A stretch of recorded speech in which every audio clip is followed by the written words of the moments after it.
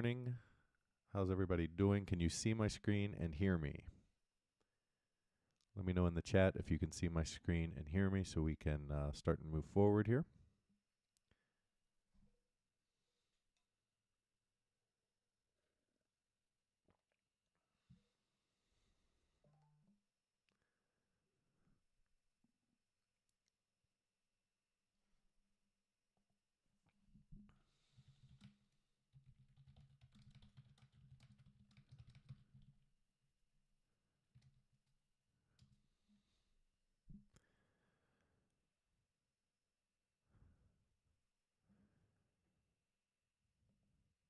Let me know if you can see my screen and hear me in the chat, and then we can get moving here so that we're not wasting too much time before the open.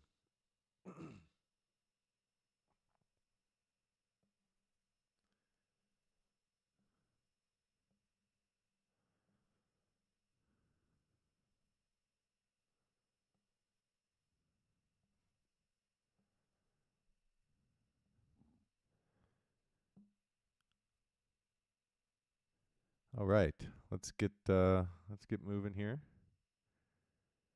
I am doing great, Maxine. Thank you. Hope you are as well. So on the screen here, you have my SPY 5-minute chart. This is what we're going to use today for day trading. We are going to be featuring the IWJ Pivot Point Pro indicator. It is the custom indicator that I've created. It did really well yesterday. We had this nice sell down, this nice buy up, and a couple small winners in here in the chop area. So it continues to do well in the market. And just like anything, there's no silver bullets. We're not peddling get rich quick. We are teaching proper trading technique, proper trading entries, proper stop losses, proper risk reward, and then we're using the indicator as an edge. And one of the great fallacies about day trading is that you're supposed to win every day or win, every trade, all these types of things that just aren't true with any type of trading. And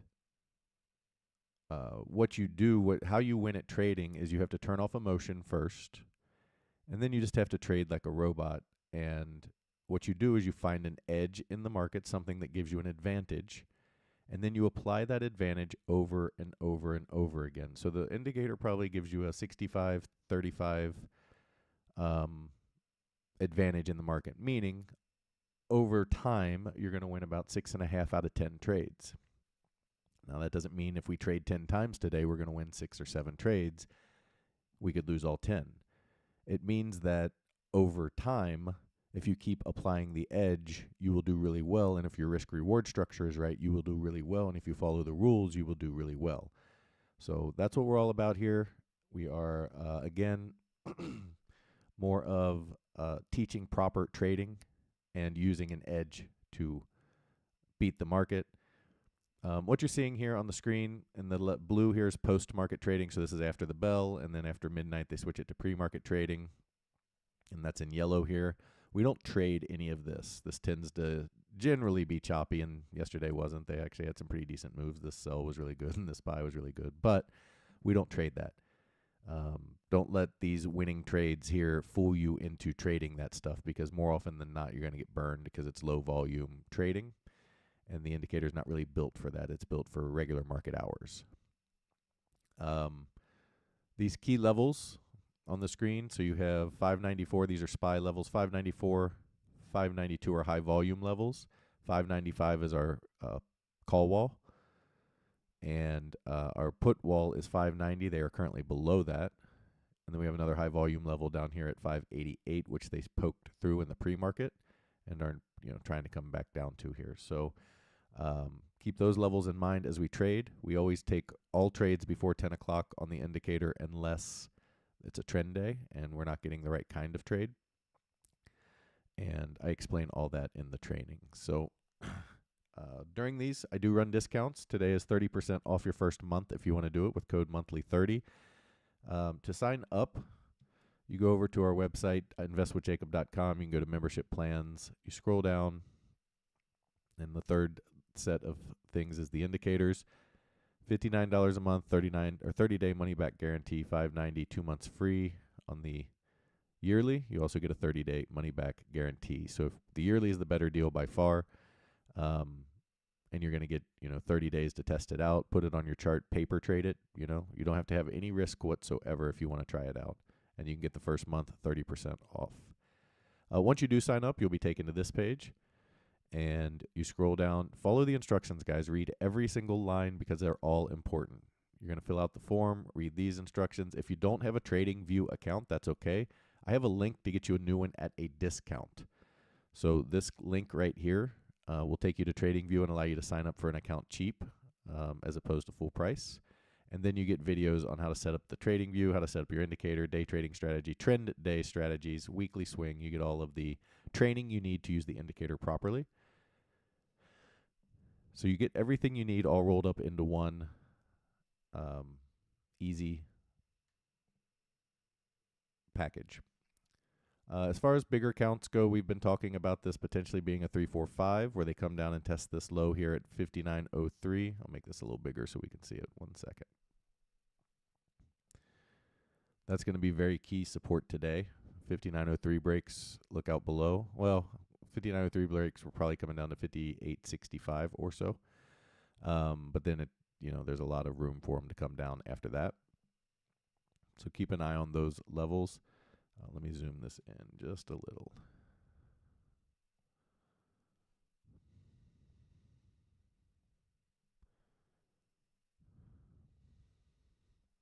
So they came down in the pre-market right here. They tested these lows. They're coming back down here at the open to try to test this area. This will be key support, this 58.95, 5900 area. Really this 5903, 5904 area is where I'd look for them to hold, which is, I think, our pretty close to our pre-market low, 5905, yeah. So watch that level. If that level breaks, we're very likely coming down to test this 58.80 area or so, 85, 80. And then next support down would be 58.14. Mic volume is low. Here, I'll turn it up then.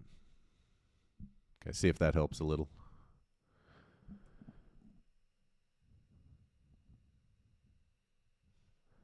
Is that better? Can you guys hear me better now? What's the effect of a put and call wall? Well, those are areas where the highest level of options are traded for the daily options, and sometimes further out, but usually the daily options. Let's go back over there. So this is an extremely high level of calls right here. And essentially what that means is this is where the market makers want to defend, because if you get above this, all these calls have to be paid. And what that means is the market makers are going to start to have to hedge, and you get what's called a positive gamma squeeze. And a positive gamma squeeze will push the market higher through resistance, because all of these calls start to appreciate in price. And the person who has to pay these is the market maker. Well, if the market maker is losing money, they have to hedge their bet. Well, how do they hedge? They have to buy calls, right? So they buy calls, which piles onto this, pushes price higher, and then everybody else, FOMO and everything else, takes over and people pile in. And as price continues higher, the market makers continue to have to hedge higher, and that causes a squeeze to the upside. So they want to defend here. This will be a heavy resistance zone, and that will turn price away very often. And then the same goes for the puts. There's a ton of puts here. So when they start to get below this price, market makers have to defend. So they start to hedge with puts. So they pile into the puts, which causes more shorts to come through, which causes price to drop quickly. You have another put wall down here at 585. So there's lots of times you'll have 2 or 3 levels where this has got a ton of puts on it. This is just a bar of puts. And then they come down, and the next biggest bar, may not be as long as that one. It may be slightly less. But it's areas where the market makers want to defend. And you'll notice that this 585 area is very likely going to correlate to this area down here. And that other area, the other call wall, correlates to this support right here. So the call wall that they tested in the overnight is right here at support. And the secondary, or put wall, and the secondary put wall is down here at this support here. So it's a really good heads up on where market makers are going to defend. And if you want to know that in depth and you want a really, really good training on that, you can do one of two things. You can get TradeWaves Academy, where you get all 10 modules, or if you just want to know about that, you can come down and get Module 3, Options Trading Basics, including the Greek, and we explain all of that. All 10 of these modules down here are included in the TradeWaves Academy. It's the perfect complement to the Elliott Wave stuff. So Elliott Wave is itself, it's its own thing, and then price action and how that works and understanding charts is what TradeWaves Academy is about. So we go through psychology, capital management, the options trading, candlestick patterns, how to trade price action. These are all 2-hour videos. Bull and bear traps and spotting them, how to identify market reversals, fib levels, how to identify key support and resistance, trade setups, all kinds of different things in here. And people absolutely loved it. We did it as a live class where people could interact, and you get the recordings of that class. So a really great class, had a lot of fun doing it, and a lot of information in there. Overall on the count, though, we have a potential 3-4. If they break below this low, really, this 580, 5872 area, then this wave 4 is very unlikely at that point, and we're looking at a different count where zoom out just a little now, zoomed in too far, where we'd be looking potentially at a bigger breakdown in the pullback we've been looking for, or potentially they could come back down here to 5,600 or fill this gap around 5677 or so, and a bigger 4. So this is a micro 4, and what would happen is if they pulled back and held to 5,600 area, this 3 and 4 would shift like this, and you'd look at this as 4 and then 5 into the 6,000, 6,010 area. Those are going to be major resistances up there in the 6,000 area. So even if they do push higher, I would expect them to fail first time through. If they don't, then this is going to be probably a push to all-time highs and then a drop after that. So still a lot of resistance above before they can push all the way out to all-time highs. And the more probabilistic path is that we would get a bigger pullback before they break through. Any questions on any of that?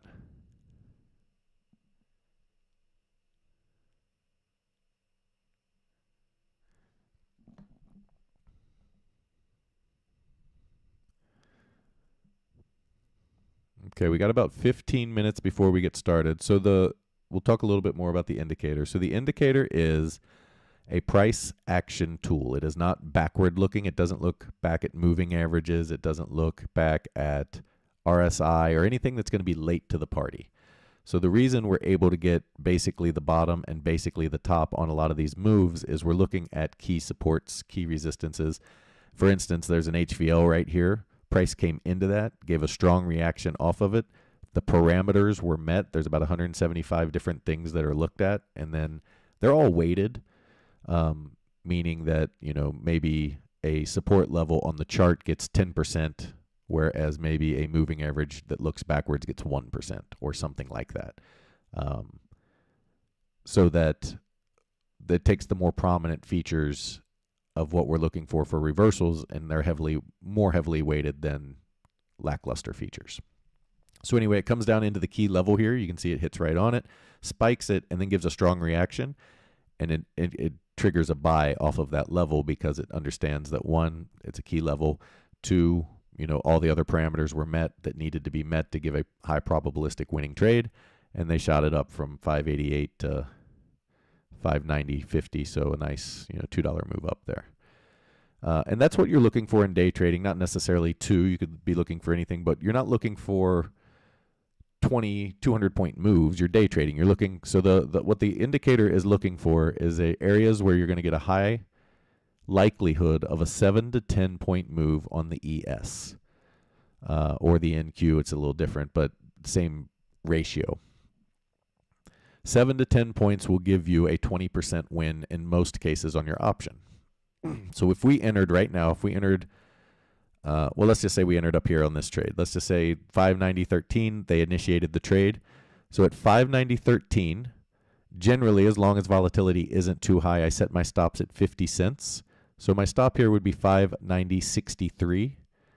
And sometimes I'll adjust that. So if my stop was going to be really close to the pre-market high here at 590.88, I'll take the extra pennies and move it above that because that's going to be a very high resistance zone. So if I'm just below it, that's a terrible stop. So if I'm at 590.63, I may move it up to 591.15 or something, realizing that, that may take a bigger hit, but it's also going to save me a lot of times when they do this, come up, tag this, and then turn down, which happens quite often. But all of that, take with a grain of salt and understand that basically a 50-cent stop is where you want to be. So if it was at 590.13, so 590.63 would be my stop. And then if my option cost, for easy money's sake, $1, I'm looking to take my first profit at $1.20. That's 20%. And you guys out there may think that's terrible, or chump change, or whatever, pocket change. But what you have to understand is two things. Number one, we have a risk-reward model, okay? So the middle line is our entry, right? And then moving up is a 20% win, and moving down is our stop.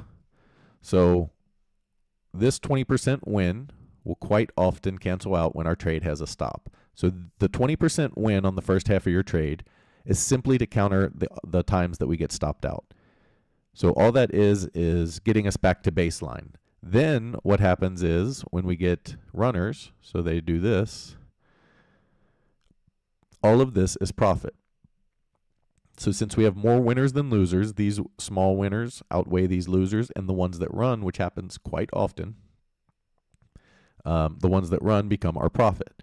So that's how the risk-reward model works. Now, on top of that, if you understand the power of compounding options and how they work, people think that you have to make, $1 a trade or something crazy, and that's simply not the case. I see that you can't see my calculator on the screen, I don't think. But if you, let's see if I can, how am I going to do math here if you can't see it? Anyway, if you take, let's do it this way. Okay. If you make 16 cents, I trade 25 option contracts personally, and that's on a 100K account. That's based on a 100K account. My account is different than that, but it doesn't matter. I trade 25 contracts, and that's based on a $100,000 account. Now, if you just made 16 cents a day, so if you got in for $1 and you got out at $1.16, that's only 16 cents. However, 16 cents times 2,500, because that's what option contracts are. They're 100 unit contracts. So if I trade 25 contracts, that means I have 2,500 shares essentially, or control of 100 or 2,500 shares. And 2,500 times 16 cents is $400. Now, if you multiply that times about 240 trading days in the year, 220 trading days in the year, that's $90,000. I mean, 16 cents basically gets you 100K on the year. So when people talk about chump change day trading, they don't understand the power of compounding options. 88,000 on a $100,000 account, as you can all do the math, is 88% on your money. Now, last year, obviously, you're not going to make 16 cents every day. You're going to have losing days. You're going to have losing weeks. That's part of trading. Get used to losing, guys. It is something that no matter who you go with, no matter who you trade with, no matter who you think is the best trader, they're going to lose. You're going to lose. No one gets every trade right. Losing is just opportunity for learning. That's all. And if you think everybody's got the silver bullet, you're just going to jump from guy to guy who has their whatever program they have, and their program probably works. But if you go watch my podcast, you understand that the only common denominator in all those programs is you. You have to control your emotion. You have to follow the rules. You have to not go, well, I think it's going to do this, so I'm taking a trade. All of those are called leaks, and they cost you tons and tons of money and sometimes even blow up your whole account. So if you follow the rules, you only need to average 16 cents a day to make 100K on 25 contracts. But last year we made 35,000 on our overall trading. So it's simply the power of patience and the power of using your edge over and over again to beat the market, understanding that part of the time you're going to lose. That's the hardest thing for traders to understand, is that losing is part of trading, and it's a big part of trading because of the emotional baggage that comes with it. We've got about 8 minutes to the open here, and what I want to do is I'm going to pull up our results so you guys can see those. I always like to have those handy. I'm waiting on my computer to open them.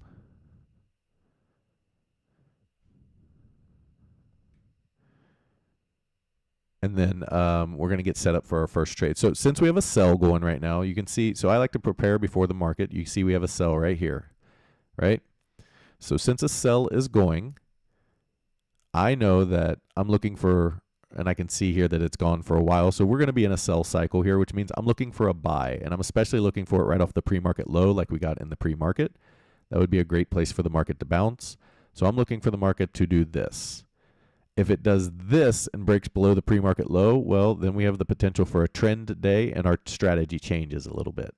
So we'll talk through that as it happens, but those are the things we're looking for as we head into the open. Guys, don't forget, if you find any value in this or things are going, good for you, hit that like button, subscribe so you can get more information. I live stream every week. I usually do it on Tuesdays, but we're doing it on a Wednesday this week because I had a DMV appointment yesterday. It was the only time they had one. And sorry, here, I'm trying to get this up. There we go. It was the only time they had available, so that is what we got. Give me 1 second here. I'm almost there.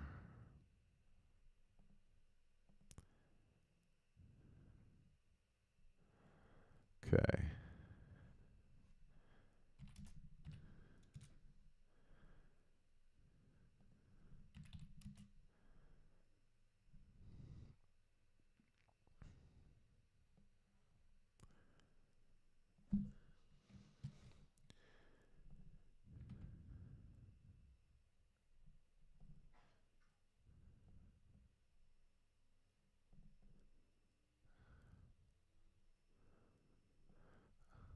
Okay, so here is our last 2 years using the indicator.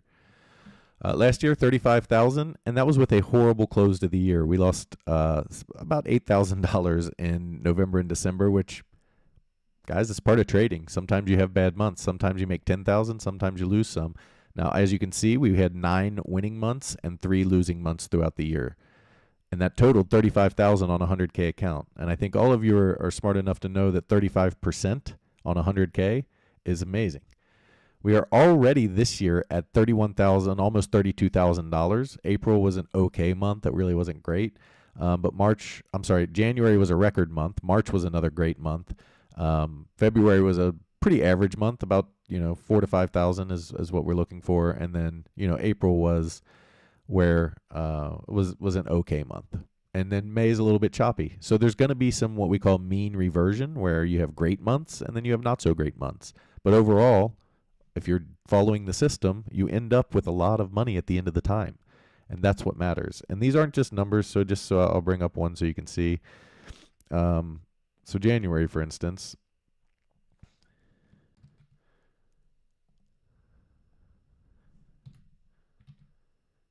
Here's every trade from January. So we chronicle everything, guys. So minus all the wins, all the losses are in here. Every trade is documented, the date, the entry, the exit, the profit, the win, the loss. We have a trading diary. It's a really important thing to have, a trading journal, trading diary, whatever you want to call it. Really important thing to have, because you can go back and say, let me look at this losing trade. Did something bad happen? Did I make a mistake? Did I not follow the rules? Did I make a good trade and it just didn't work out? Keep in mind that if you follow the rules and the trade loses, that's still a good trade. But if you don't follow the rules and the trade wins, that's a bad trade, because all that does is reinforce bad habits in your brain. You made a lucky play, you got lucky, you won money, And then your brain goes, oh, that's how we should do it. Well, that's not. You got lucky. And then you press that luck and you end up with whammies. Man, look at that. I should be a rapper. That was a great roll into press your luck somehow. I should not be a rapper. My raps would be childish and stupid.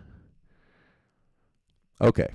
So we do want to see a buy signal, or I think we will see a buy signal roughly at the open. For those of you not in the room, we did have a put from way back up here at 593.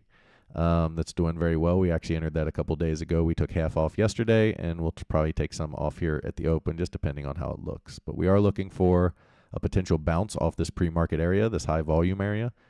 And hopefully they don't give us the buy signal and steal the trade from us before the open, because we don't take those. So if it gives us a buy signal right now, which it's really close to, and then the market opens, we don't take that buy. All right, let me get ready for the trade. And then if you guys have questions, by all means, fire away in the chat. I'm happy to answer anything. Again, 30% off of your first month. Sorry, I'm putting the trade together here. 30% off of your first month if you sign up using the code on the screen, monthly30. That will go away after the stream ends. So you will not be able to get back into that price again until potentially next week when we stream again. 30-day money-back guarantee on that, guys. So it's risk-free to try out. If you don't like it, just shoot me an email and I process the refund. No big deal.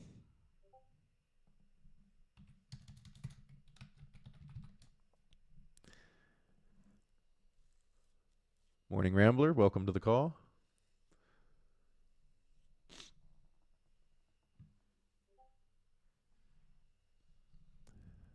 About a minute to the open. Guys, there is a delay on the YouTube video, so it's very important to be in my room where I do give out all the trades in real time, complete with stops, profit takes, and everything else. So if you're not part of my rooms, you can join those as well, but the indicator is really what you're going to want to use more than anything else. And I keep my chart really simple, guys. I want to know where the pre-market and post-market levels are on like yesterday's close, yesterday's high, things like that, because those are all going to be good volume support levels and resistance levels. And then I use the Mentor Q levels for call walls and high volume areas. That's the only thing. And then VWAP and the 21 here in the middle, those are the things I use with the indicator, just to kind of give me an idea of what we're looking at. If they break below the pre-market low, that can be the first indication of a trend day. Then we'd look for any bounce to hold below these two lines, VWAP and the 21, and then break this low here to the downside, and that's very likely going to be a trending day. So we always keep an eye on that overall. All right, coming into the open, we'll be ready to trade here shortly. Hi, cats at home. Good morning. Oh, don't give me the buy signal now, you jerk. Oh, right at the bell we get the buy signal. Well, hopefully they pull it back and give us another chance to get in. That stinks. Potentially. I guess they could fail here. Could have saved us a trade. But, yeah, it was right here was the entry, 588.42. So they're up 40 cents already. Coming into resistance right now. Yeah, this would have probably been a winner.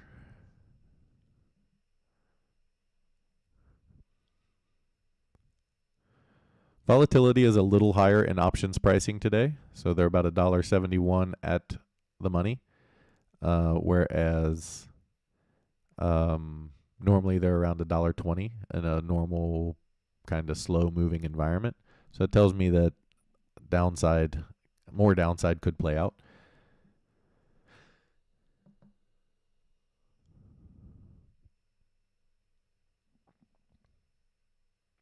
Thieves. They were thieves. This was a winning trade right here. This 588.40 area. This move up, yeah, that would have been a winning trade.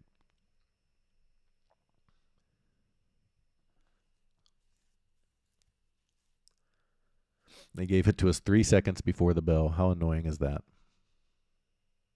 Morning, Grish.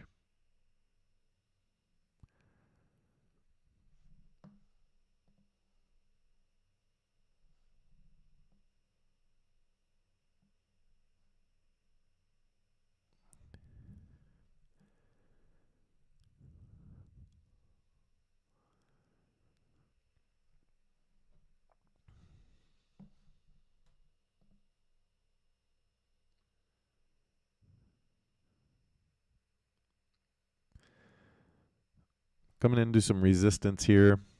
You can see the consolidation they had in the overnights from yesterday's low. It was the breakdown of yesterday's low. They came back tested it, and then came down and have not been able to re-break this low.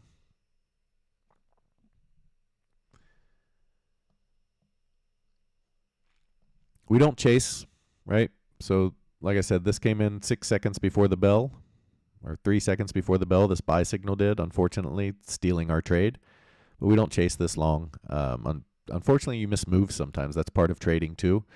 And once you get into FOMO and you start chasing, that's when you get crushed. So we just let this trade play out and wait for the next one and simply trade that.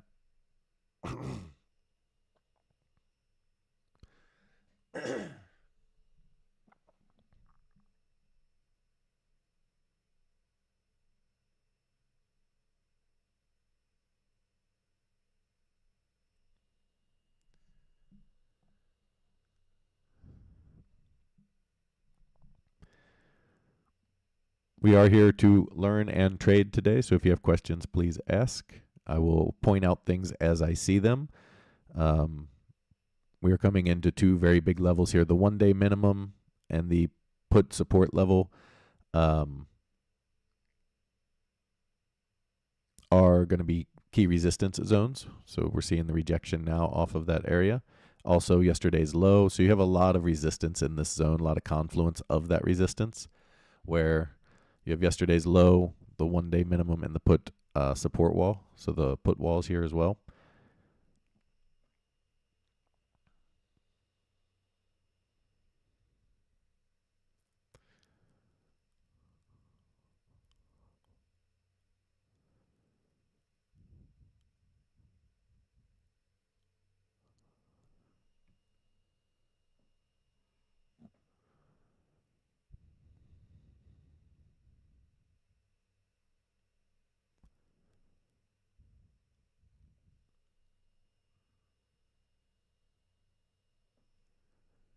Ever trade futures, or do you stick to options? I remember PT was mainly futures, I believe. You are correct. PT is futures. I am options. There's a lot of differences between PT and I. He is an excellent trader.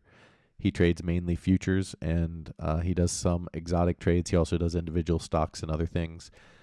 PT's outstanding, but he's different, which is, that makes sense. If he was the same as me, there'd be no value in getting his room. So if you're looking for things like individual stocks and different types of trades and futures and things like that, PT's the guy to have. And if you get PT's room, you get both of us. So it's really a great deal. You get the best of both worlds in that way.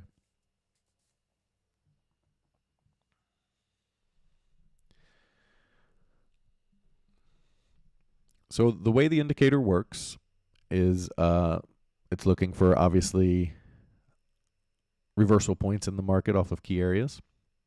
It came up into the put support here and gave you a sell. It came down into this high volume level here and gave you a buy. Both of those played out well. And then it needs to complete the cycle. So if this goes up a little bit and then fails, you're not going to get a sell signal because you're already in a sell path. So the market is selling, and what the indicator tries to do is understand where the market moves. The move down is weakening, and it wants to get you in at that point, because if the market is weakening to the downside, you can get a strong flip. So it's going to issue the buy signal whenever it feels that weakness.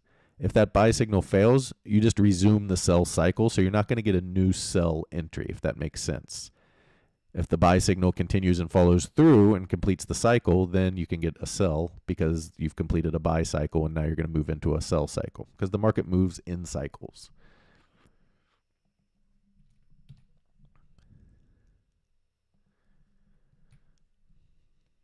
So for instance, if they fail right here, one, you would have had a winning trade.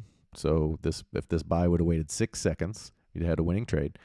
And two, if they fail here, you're just gonna you're gonna get an LS, which is a long stop, because a buy is a long signal. So an LS means you stop out, and instead of a new sell signal. So if they fail here, you're not going to get a new sell signal to trade off of. You're just going to get that the buy did not work out.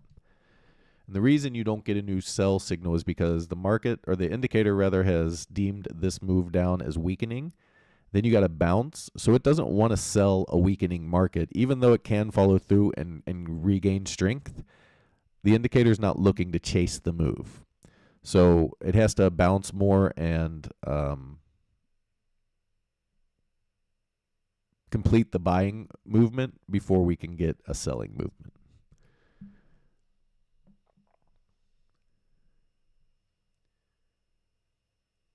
Since trading is 24 hours a day, could you also leave out that opening bell? I don't know what you mean by that exactly. Any Elliott wave counts you may share we are currently in. Although I did those earlier. If you rewind the video to the beginning, you can go through those. But right now, really quickly, we're looking at this as a 4 and 5. If they pull back into 5,600, that could be a deeper wave for this 4 here. I actually forgot to move this back. Where this 3 would be up here, and then that bracketed 4 would move over right here, would move over. If they break below here, we're looking at the bigger pullback that we should be looking for. Overall, I think they'll probably come down into this area and then do something like this if they're going to break down, because this is really big support at 5,600.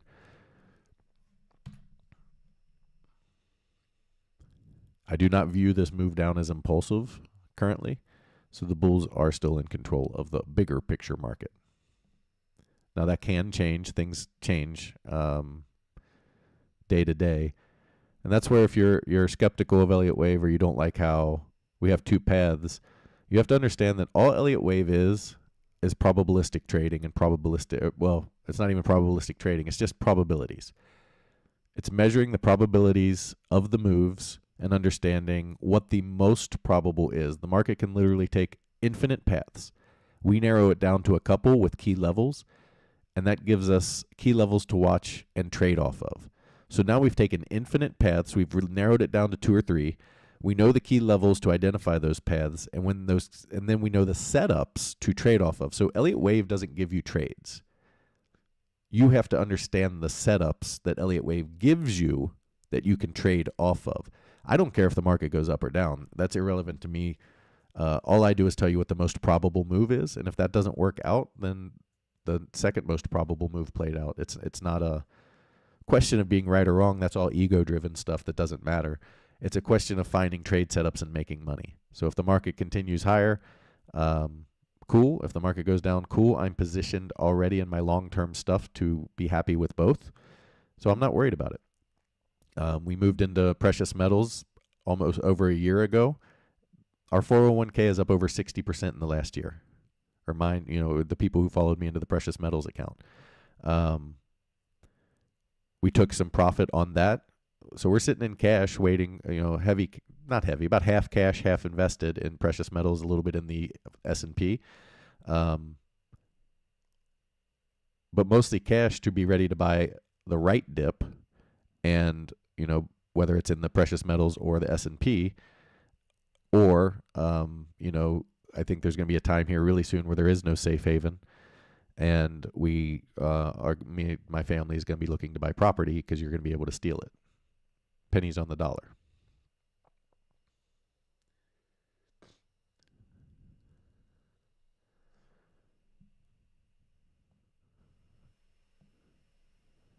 John D says the audio's low. I'll try to do that, see if that helps. I've got my mic all the way up. It's even redlining, so hopefully I didn't run you guys out with that move up. So if the audio jumped on you, sorry about that.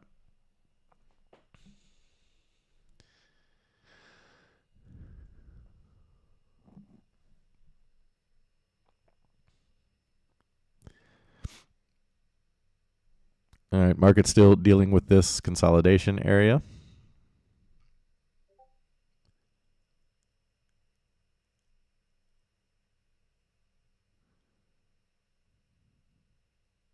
All right, thank you guys.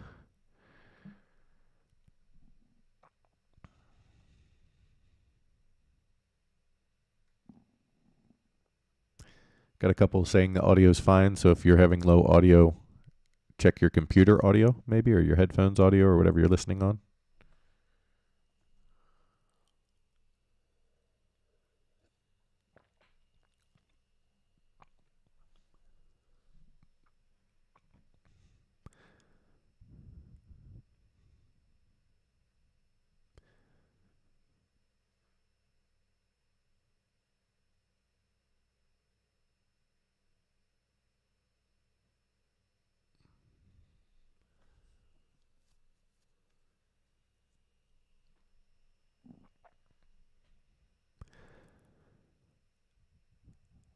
So right now your key support's going to be the VWAP 21 moving average, and your key resistance is this 590, 588, 589.80, 590 area. They get above that, really 590.20, this high right here, but they get above that. The pre-market high at 590.88 would be the next target, and then we'll see what happens there.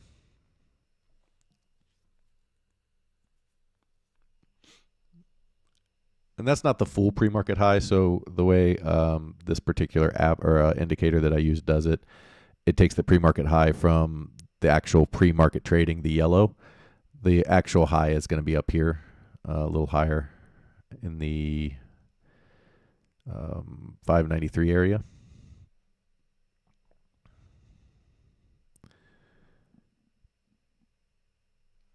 But this pre-market high is important because that's where the market opened after the close, and there's a gap there, so that will be big gap resistance. So above that, and they're likely going to come up to 592.14 and fill the gap.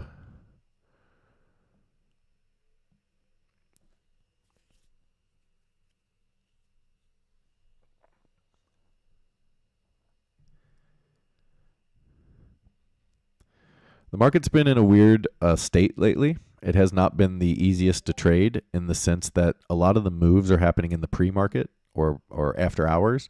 And then during the day, you're getting one okay move and then a lot of this, which is really hard to trade. And that's not always the case. That's, the market goes in phases and things where sometimes you consolidate all night and then they break out or break down, or sometimes you get the move overnight and then they consolidate. So they're kind of in that get the move overnight and then consolidate phase. So we'll see if that's the case today or if they're going to actually have some tradable reversals.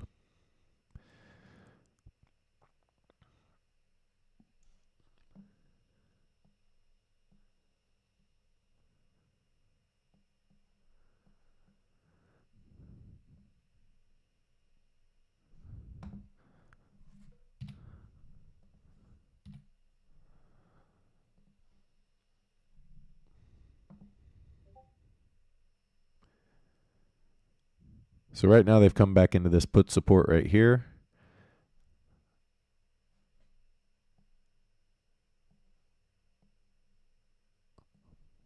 So far they're rejecting it the first time. We'll see if they fully reject it or not.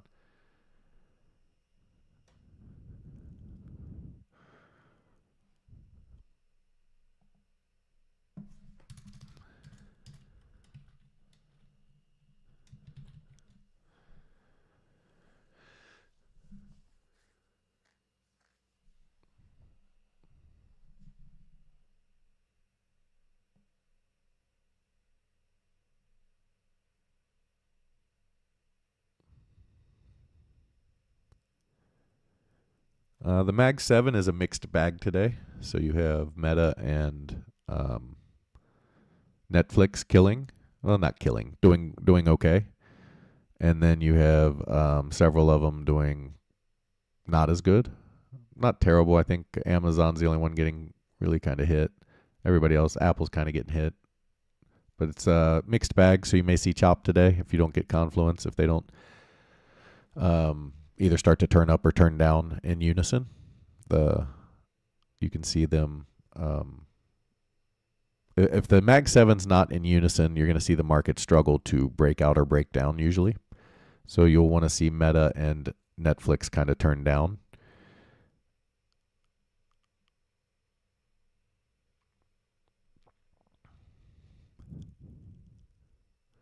Bitcoin still grinding.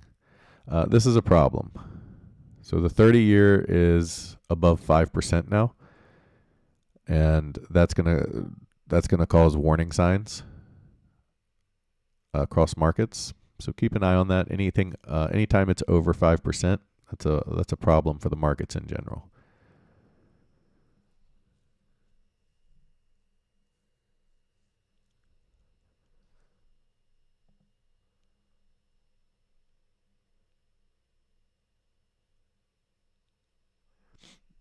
They can move the market overnight much easier. Are they trying to hold it up before they let it fall? I think they're just bouncing between support and resistance right now. I don't think they're actively trying to do anything. It's not like this is a big liquidation grab or anything like that. This is mostly killing late shorts. So they're squeezing late shorts out. We'll see how high they can squeeze them because the proper shorts will be sitting up here or up here. Most people who want to short today are either not going to short because the market continued down, or they were waiting for a bounce up into 590 to 591 and see what kind of reaction they get.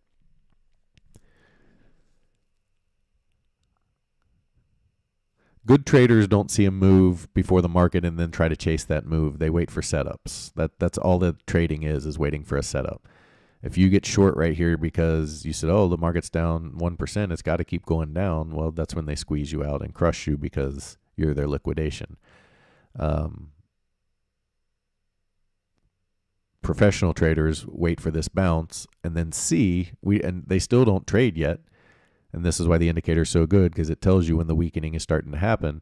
They see what happens off of these key levels. So they wait, and then, we got the sell signal here in the pre-market, but that's what you're looking for, some kind of move into a key level and then a setup to move down, and then you take the probability. The probability is that heavy resistance areas are going to hold.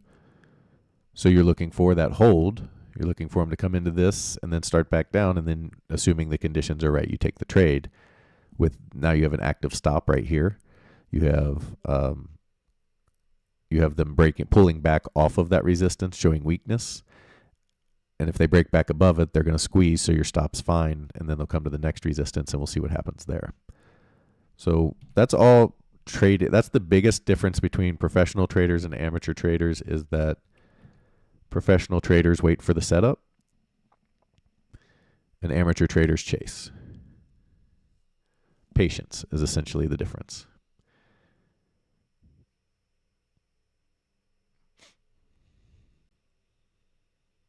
All right, they're giving us a push through the put wall here. Very common to see a spike and reversal. Very common to see a squeeze here. So this is where you get into market dynamics of, are they faking you out, or are they going to, kind of back test and squeeze?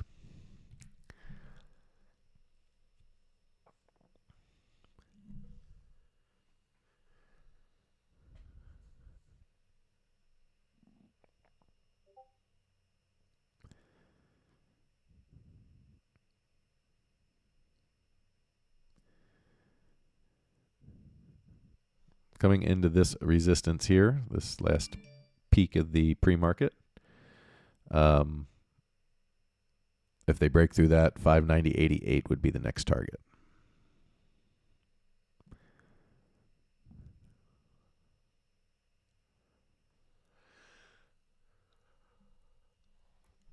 Right now, to me, this looks like potential ABC right into the pre-market high. I bet if we measure it, the 1.0 is probably right there. Let's see. 1.0 pre-market high, basically the same thing. So if they do get through this high right here, I would imagine 590.76, 590.88 is a very likely target. And they should, if they're going to be bearish at all, they should reject that target.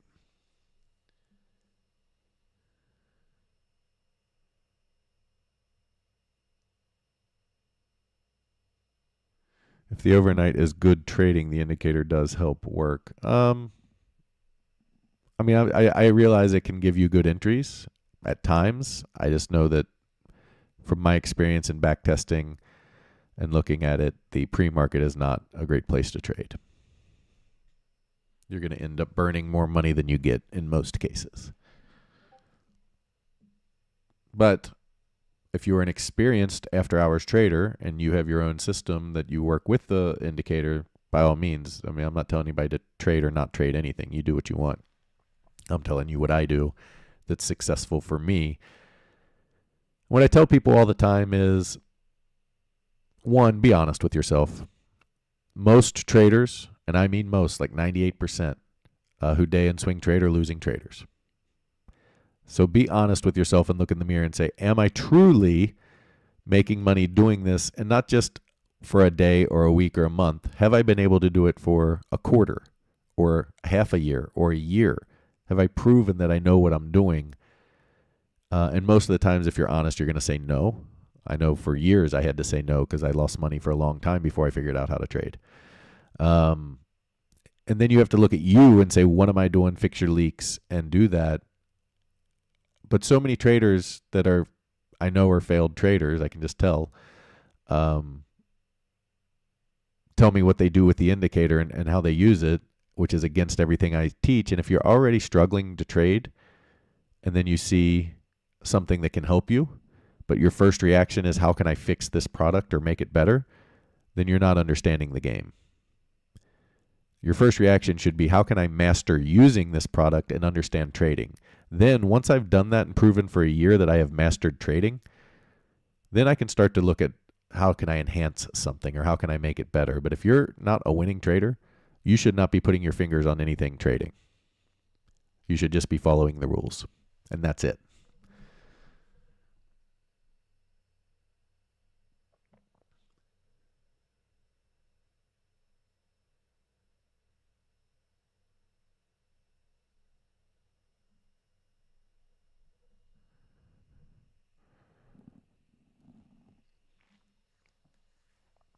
So they came up, we were looking for 590.76 to 88. So far, 590.51, which is slightly higher than this high. And so far rejecting. So we'll see if we get. I thought our first trade was going to be a buy, but it looks like it's going to be a sell if we get one.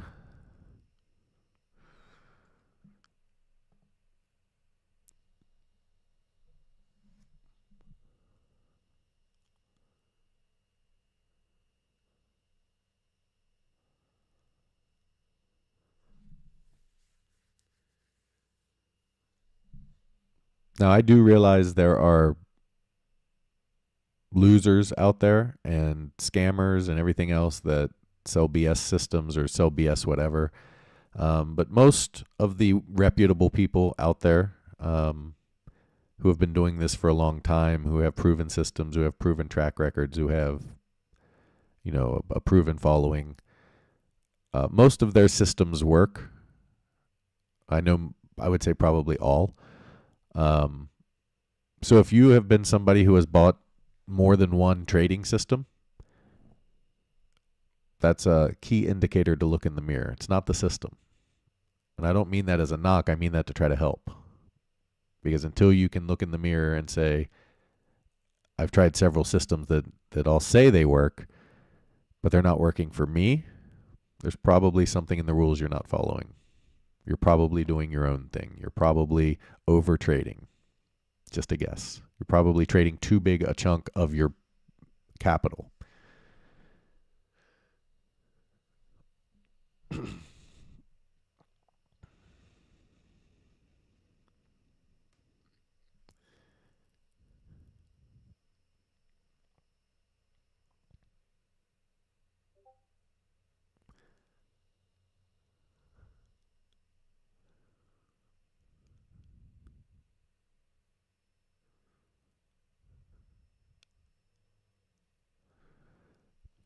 Man, this buy signal super annoying. 6 seconds. 6 seconds. If they trigger this buy right here, we get in at 88.50, we'll call it. And they are at 590.30, so almost a full $2 move. Well, they got to 590.50, so a $2 move up here just right off the rip. That's annoying. But that's how trading goes sometimes. You just move on to the next one.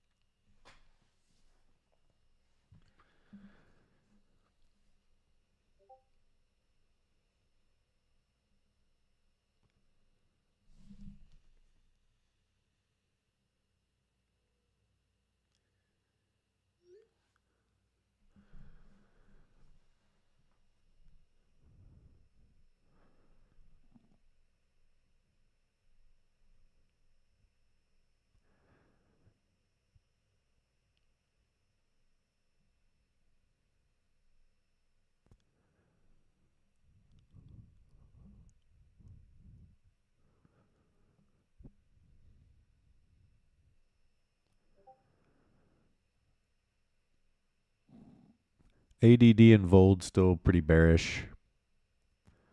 So we're still looking at internals as bearish.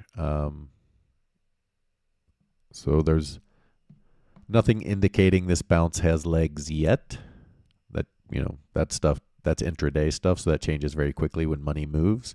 But as of right now, this bounce based on internals isn't looking super strong. So it's more likely to be a dead cat here.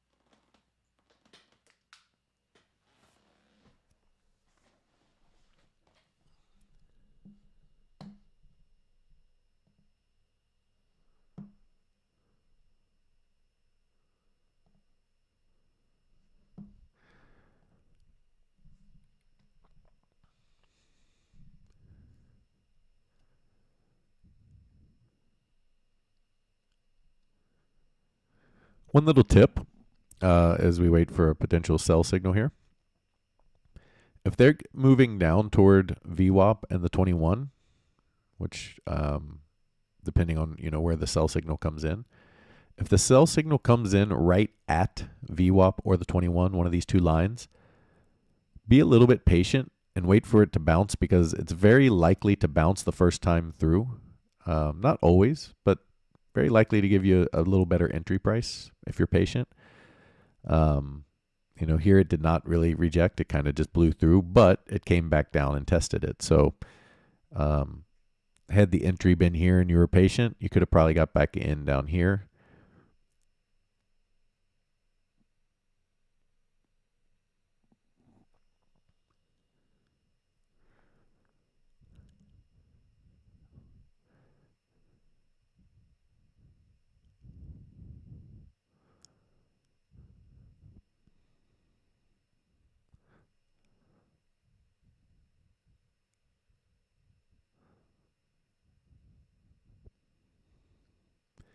This is looking like a C wave, and this is looking like a potential 4-5 here. So come back, test VWAP, come back up, hit the pre-market high on the 1.0. Pretty classic stuff.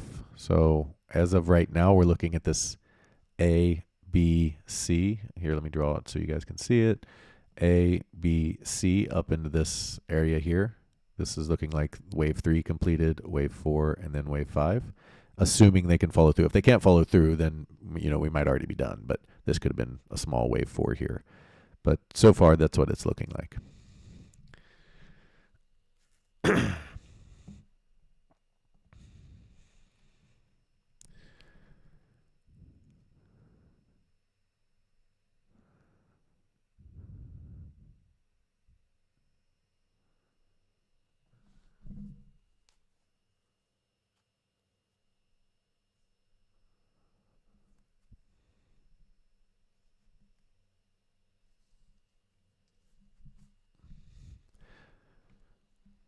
Now, if they fail here, so my tip there, so that you got to take things in context, right? So my tip there was, if they get down here and the sell signal comes right here, you can wait a second. It'll likely bounce and give you a little better entry. But now they've come down close and they've given you a bounce. So they came down within, a little bit of VWAP here, bounced. And now if they come back down and start to fail again or go up, so there's 7 o'clock news, I'm guessing, or 10 o'clock Eastern, whatever. But there's obviously some kind of news release that's a catalyst here. But if they fail here, you can look for them to potentially fail pretty hard.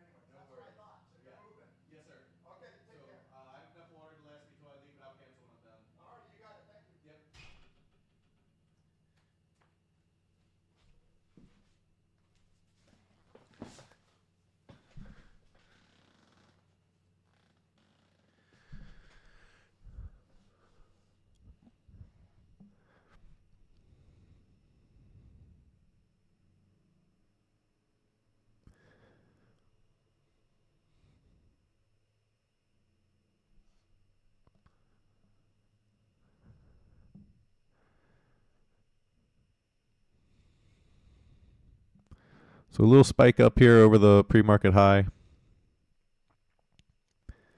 We'll see if they're able to follow through or not. As of right now, looking a little weak, but still time on this bar and still time for them to continue to climb here. So we'll see if they're able to push this out or if they're going to fail back to the downside here.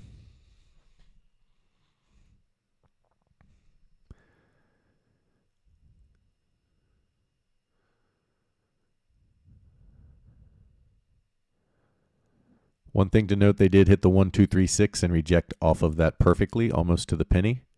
So we have to watch that. A break back below 589.67 would invalidate any kind of potential move back up into the 593.61 area. See how they close out this 5-minute bar.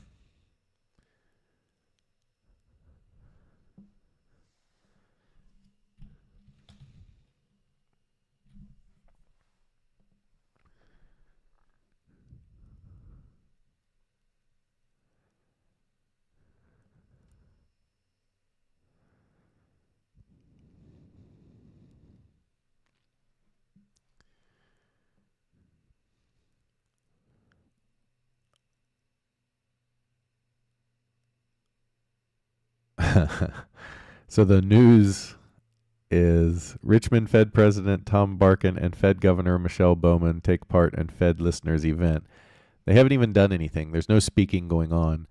And the market gave you the quote-unquote catalyst. Again, this is why the news doesn't matter. The Fed didn't say anything or do anything. It was just the time of the event, and the market jumped, from 589 to 591.50.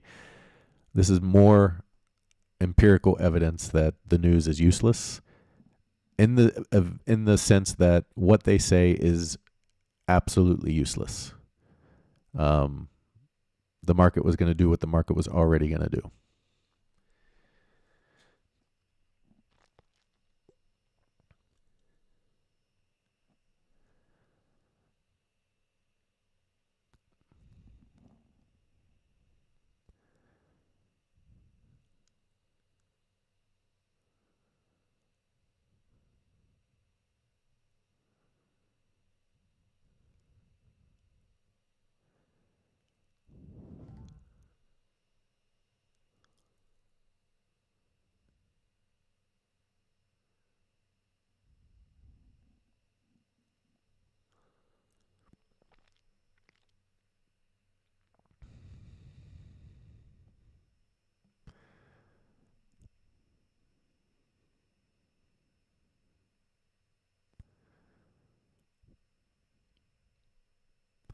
$592 becomes the next major resistance zone.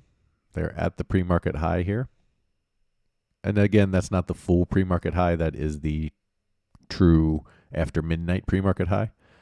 592 is basically the gap close here. Not quite, but basically. So we would look for them to potentially come to that area.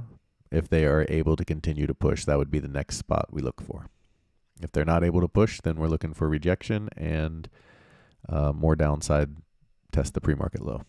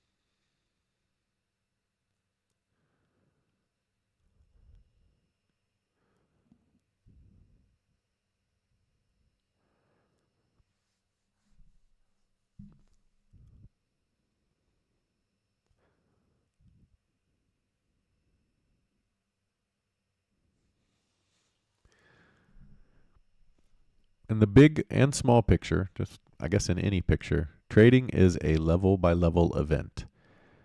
They broke resistance. What's the next resistance? They broke support. What's the next support? That's all you're doing is looking for level to level trading and saying, okay, we have a short.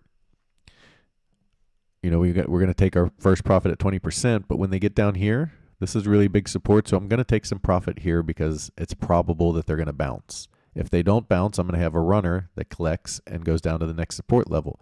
When we get to that next support level, I'll take a little more profit off because it's probably going to bounce. If it doesn't bounce, we'll keep the runner and so on. And you just rinse and repeat that over and over again. It's not some random, I made some money, get out. There are levels that we look for, and we trail stops. Once we get into profit, we trail stops so that we can run to those levels and maximize our gains. You don't want to minimize your gains and maximize your losses, which is how a lot of people trade. They get in a trade, they get, say, this bar here, and they win 10 cents, and then it starts to come down, and they take profit, and it gives you this move here, and they could have made $1, and instead they got scared and made 8 cents. But for some reason, when they get, say, short here, and the market does this, they say, it's going to reject VWAP. Okay, it'll reject the yesterday's low. Okay, it'll reject the pre-market high, and they just let their losers run. That is the exact opposite of what we want to do. Stopping out is a good thing. It is a very good thing because it means you used discipline and lost the least amount of money you could. Is it possible you stop out and they do this? Of course. That's going to happen a lot. Get used to it and get over it. Don't train your brain to be results-oriented, meaning, for instance, if you've ever played poker and you know anything about poker, you know that 2-7, well, at least Texas Hold'em, you know that 2-7 is the worst starting hand you can get. If you throw that in the muck pre-flop because you should, that's what you're supposed to do, and the flop comes 7-7-7, and you, I would have had quad sevens, I'm not folding that anymore. That's a horrible strategy. You can't be results-oriented. You have to play what is the right play, and if it doesn't work out, then it doesn't work out. That's okay. In fact, that's good because you're following the rules. I talk about it a lot because it's the number one problem in trading, is not being able to follow rules and control your emotions and the psychology.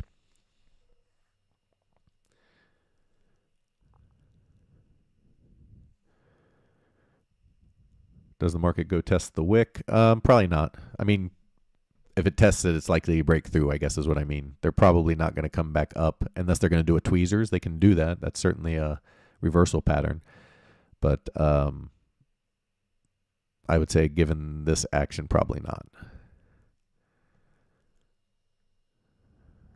All right, let's see if we get a entry here.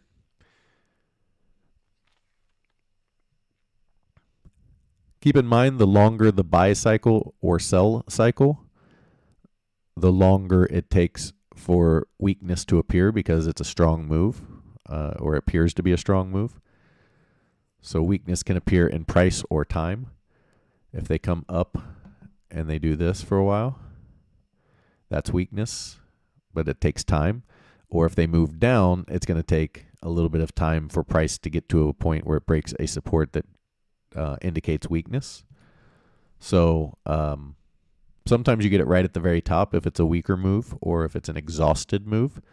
But if you've got a move that's been pretty decent and going, so it's gone 1, 2, 3, 4, 5, 6, 7, 8, 7 bars of up, basically, with one exception.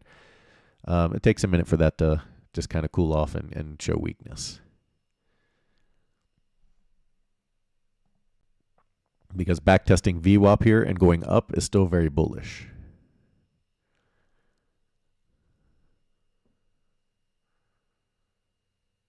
Now this is the 1, 2, 3, 4, 5th test of VWAP, so it's less bullish. They should be trying to, at this point, escape from VWAP or push away from VWAP, yet they're not able to. So it's actually starting to look a little weaker. But periodically coming back and testing VWAP is a and holding is a sign of strength.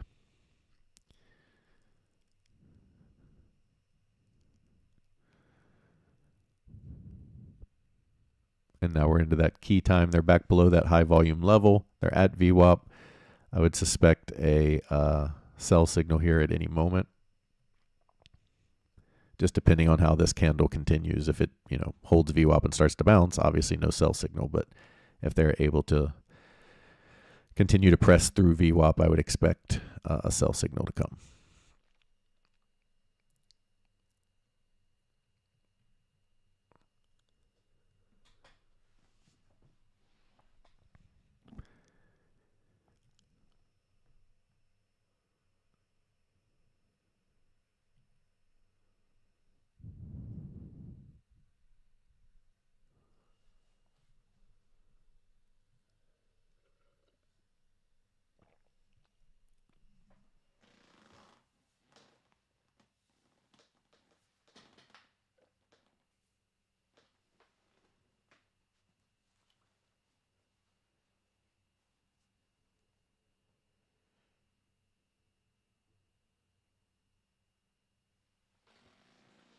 Once again, had we gotten a sell signal right at VWAP, if you were just a little bit patient, they bounced it up and gave you a much better entry price.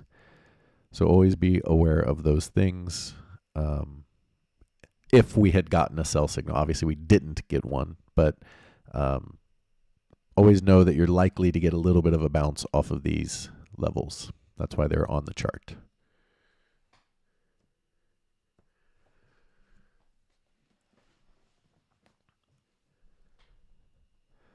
You can see my trading chart is really clutter-free. For me, that works. That's how my mind works. I don't like a lot of stuff on my chart. My Elliott wave charts drive me nuts, honestly. It's too much crap, but I have to keep them up to date for my users. But my trading charts, I keep very clear because you just don't need all that noise. It creates too much indecision. It creates too much doubt. You don't trust your trade if you see that one thing's a little bit off. You got to trade, the rule of 80-20. If 80% of things are lining up for a trade, the other 20 can kind of pound salt.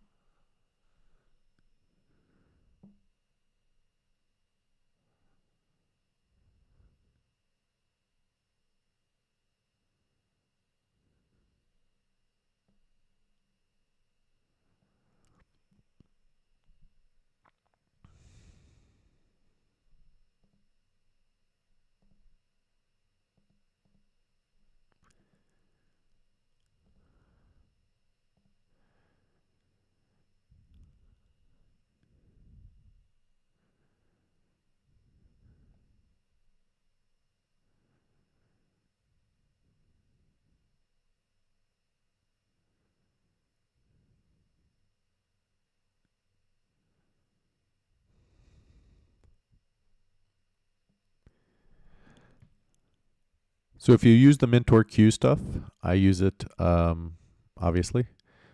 If you leave your screen open all night, you'll want to refresh your screen because they do update the levels in real time. So that update I just did gave new levels of where options are piling in. So now we are looking at 592 as our put wall, our upper put wall, and 588 is our lower put wall. And it's also a high volume level. So 588, getting the buy signal there seems pretty reasonable and worked out pretty darn well. So keep those things in mind when you're using tools.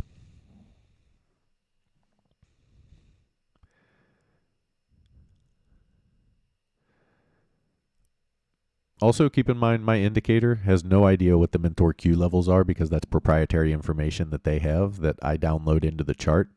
Yet, the indicator always seems to know exactly where those levels are. Trades off of them all the time because Those are the high volume profile price action levels to trade off of. So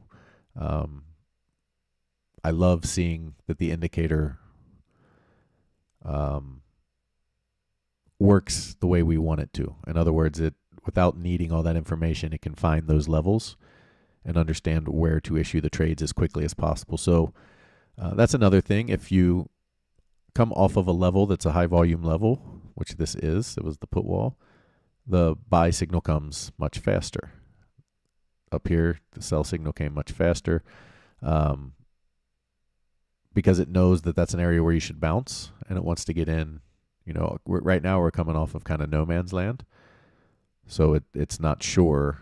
The indicator's not sure how to handle it in a general sense of when we come off of put support, that's a pretty easy understanding of hitting all the boxes.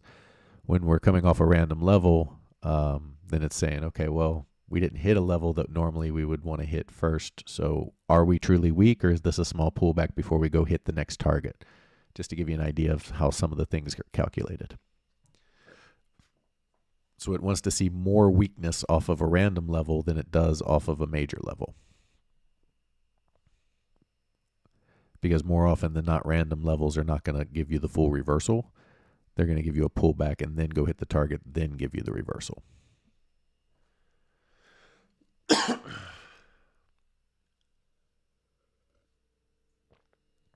Don't forget, guys, that monthly 30 coupon is only available during the live stream. Once the live stream is over, I give everybody who bought the indicator access, and then that coupon gets turned off, and you won't have access to it again. 30-day money-back guarantee so that you guys can try it out for cheaper. And you get the 30-day money-back guarantee to make sure if you don't like it, you can get your money back. Like I said, you can paper trade it. You can just put it on your chart and see what you think of it. There's really no risk involved in checking it out, and it can change your trading to the good very, very quickly.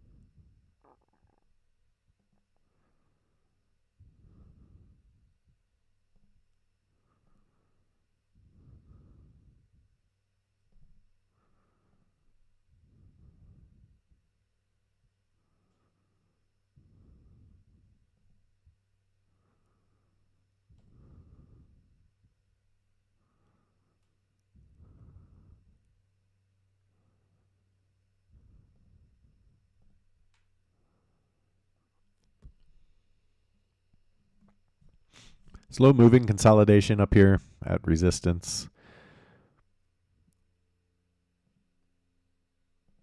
Not a whole lot going on after the initial move up. Just waiting for weakness.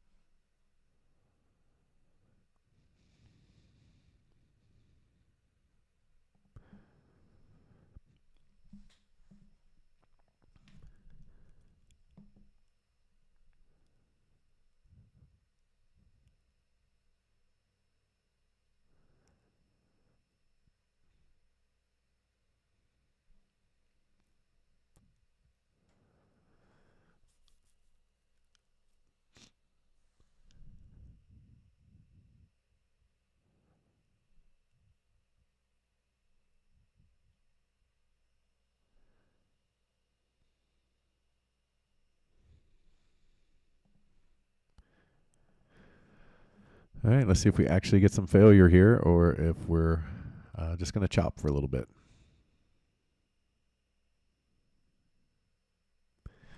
Keep in mind, I will not, if you get a sell signal now, they've obviously tested VWAP here, and so we're not going to let VWAP bounce this time. If we get a sell signal, we will take it as it comes.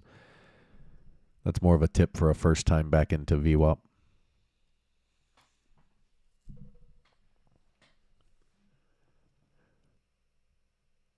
Ever gone a whole day without a signal? Probably. I'd have to think about that. We've had days where we've only had one, for sure. We may have gone some where, you might not have got one till after 10 a.m. If the market's moving really slowly and sideways, it's just hard to come by them because there's no, it's not ticking the boxes to tell you there's movement. So volume needs to increase, or there needs to be some kind of option level increase, or there needs to be some kind of volt increase or decrease, things like that it's looking at, as well as a price target hit. But if it's just sitting here in no man's land going sideways, it's not getting any of those things. So I don't know if we ever have, but it certainly could happen, yeah. We've probably had, no, because even on gap and go days, whether it's up or down, you're going to get a couple of spots of reversals. So it would be hard to go the whole day without one, but there's definitely been days where we've only had one or two. Okay, we should be getting one here. ES is on board. NQ's not on board yet. So if NQ gets on board, we'll be ready to go. There we go. All right, we got 590 for $1.32 here. Our stop is going to be 589.40 or 590.40.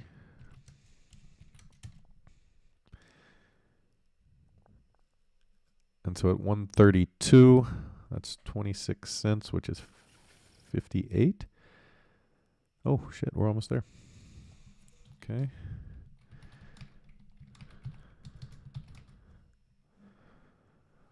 Okay, it's bouncing the 21 now. That's the secondary support. So it was on VWAP the whole time. Now it's on the 21. And we take the sell as soon as it comes, so you can see it flashed and now it's gone away. And that's okay. That's not a big deal. If it moves down, it'll come back. And if we stop out, we stop out. That's just a losing trade that gets chronicled in our trading journal and moves on. So they got priced down to $1.55.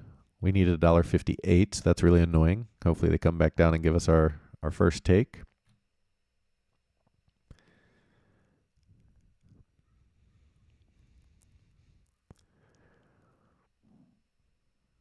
Not a good sign that they've hammered this and turn it back up to green.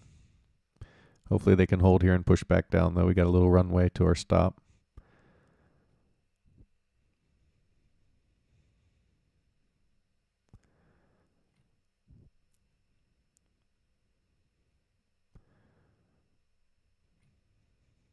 There we go. Follow through a little bit.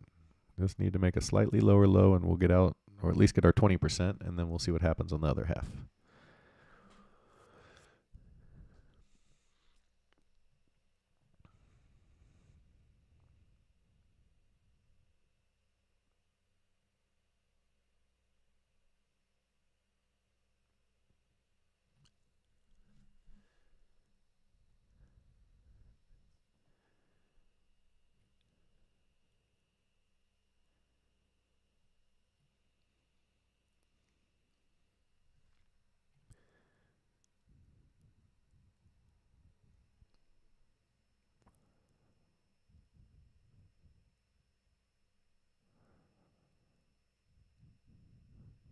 There we go. Push it now.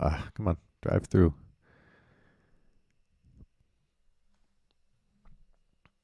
Let's get... I can see NQ is more consolidating than dropping, and that's the issue. NQ needs to get on board with moving down. So ES and SPY are moving down. NQ is trying to move down, but doing it very slowly. Whereas ES and NQ are moving down a little more, 5-minute bar aggressively. Of course, we're not talking about like a big aggressive move, but all right, almost there.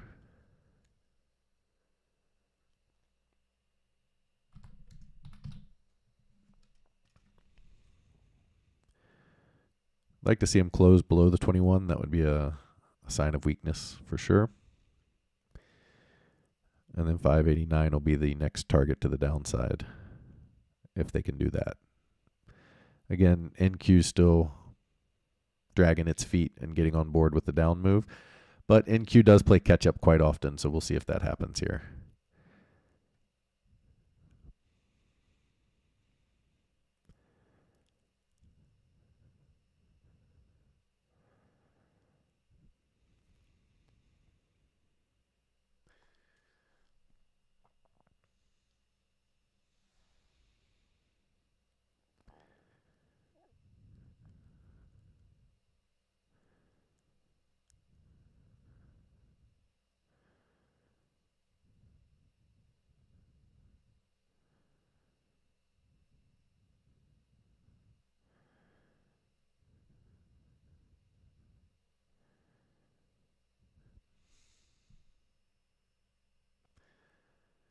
Just need a little bit of follow through here, guys. Come on.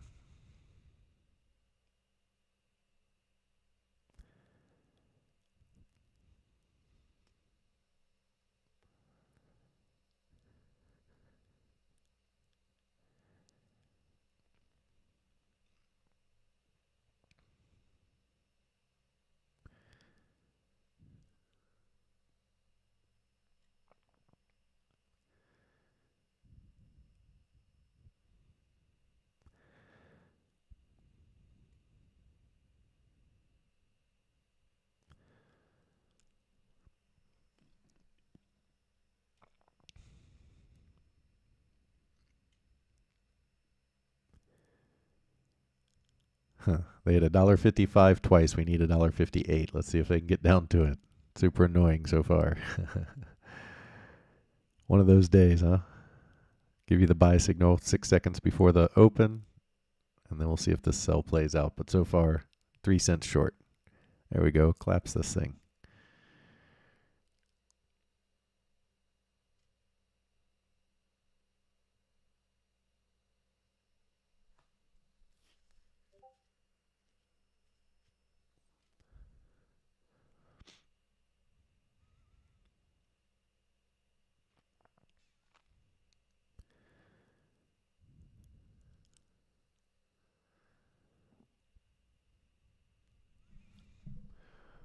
So we get a lot. So we enter as soon, if you're not part of the indicator, we enter as soon as we see the sell signal or buy signal. And the reason is, on that particular one, the sell signal was up here when it entered, and we almost had a 1 bar winner. We were 3 cents short. We'll see if they can follow through it all to the downside here. That would be ideal, obviously. But we get a lot of 1 bar winners where right at the start of the bar, you get the buy or sell signal, and the bar goes really up or down really fast, gives you the win, and then the next bar it reverses and you get stopped out, but you got a winner because you took the buy or sell exactly when it came. If you wait until the close of the bar, you can miss quite a bit of the move because reversals happen quickly, and that's just kind of the way it goes.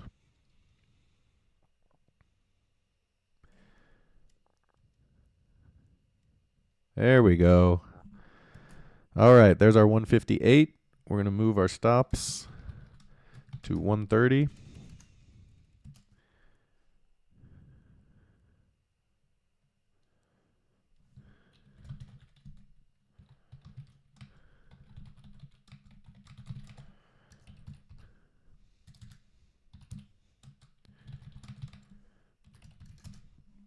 And now we have a risk-free, emotionless trade where if they stop us out, we make 10% on our money. And if they follow through, then we have a runner. And runners are what we want. That's what we're looking for.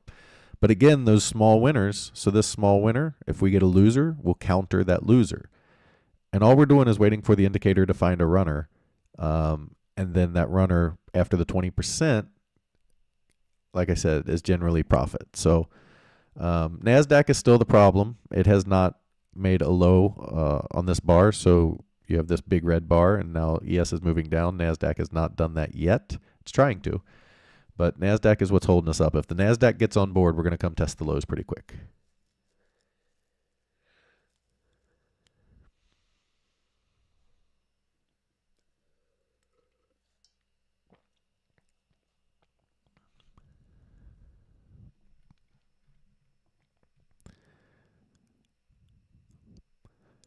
Super simple, guys. You get a sell, take the sell. You get a buy, take the buy. You just sit patiently, wait for the market to tell you, or the indicator to tell you what the market's doing, follow the rules, and then do it again. You know, you will make money over time if you follow the rules with the indicator.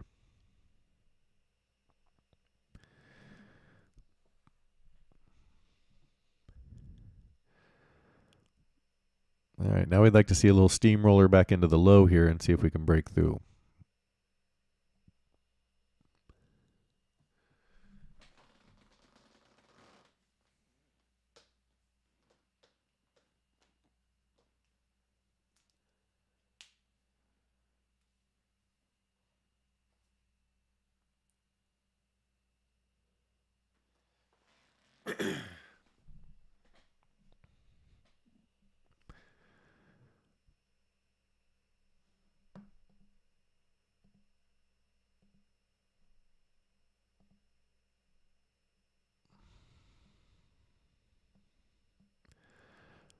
NASDAQ still has high level consolidation, so I'm skeptical about a breakdown here unless the NASDAQ gets on board. If the NASDAQ doesn't get on board, then, chop and sideways to up could be the issue.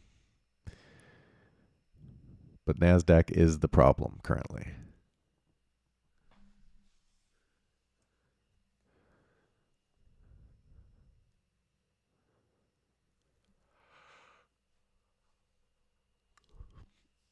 Now keep in mind they did hit the 1236 on this move up, and they have now moved back through the 618, which tells you that this is unlikely an impulsive move to the upside, and we should be looking for follow through to the downside to potentially even a new low. If not,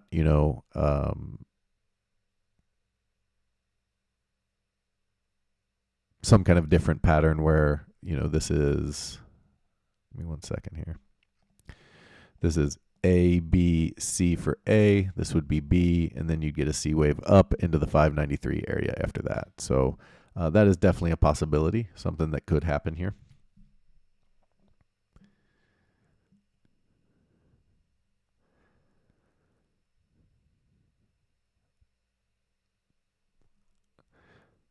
So real quick, if I go over to the NASDAQ, you can see that the NASDAQ has mostly been consolidating sideways. It hasn't even gotten down to VWAP or the 21 here. So the NASDAQ is the problem. We need this bar to collapse and then get down through these levels here, which happens to coincide with support really well. So you have a major support level right here, which is VWAP essentially. So if they collapse, this would be a level to watch on the NASDAQ. If they get through that, then we're probably going to come down and test the low.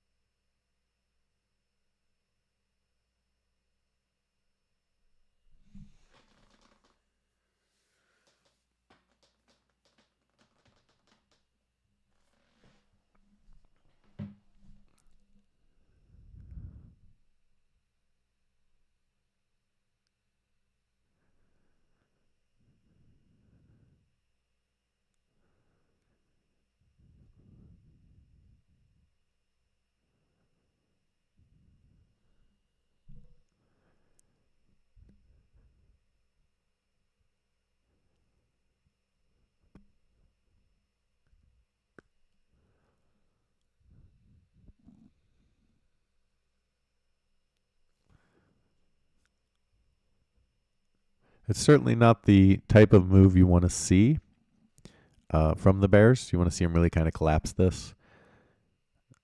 But the ADD and the VOLD are still steadily bearish right now. Everything is in the red and solidly. The ADD is negative 1,500, which means 1,500 stocks are lower than their close from yesterday. which tells you that the breadth is not great. Or, well, tells you that the short breadth is great. There's 1,500 stocks that are negative, which is why the market's red. You're just not seeing follow through. And typically, when you see a big reversal, you're going to see the ADD start to climb quickly. And right now, it's kind of just hovering around that 1,500 zone.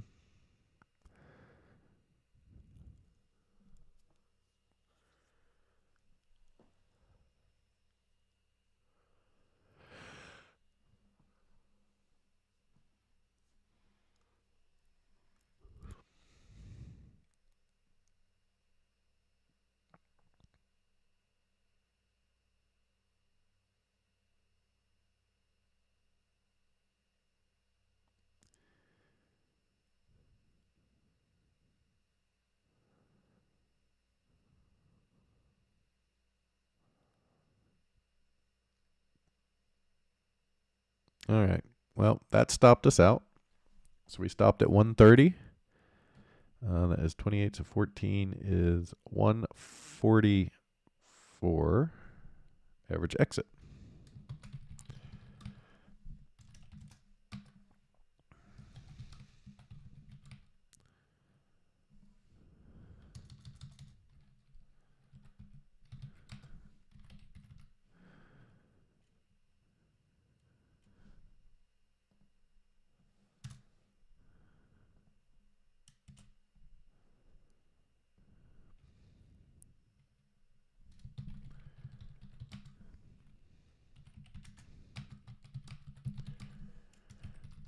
So no runner there.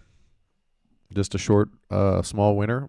But small winner is 12 cents, and 12 cents is only 4 cents shy of 16 cents, which is, the target to hit if you want to make about 100K a year. So, well, you think 12 cents is nothing times 2,500.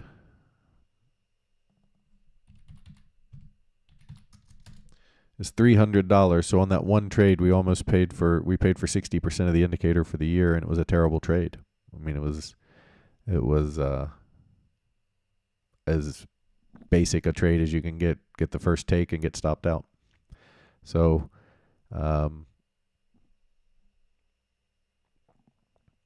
that is the game.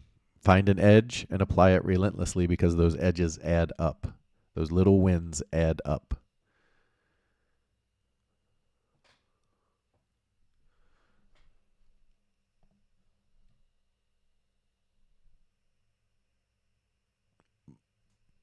Bond auction is coming up.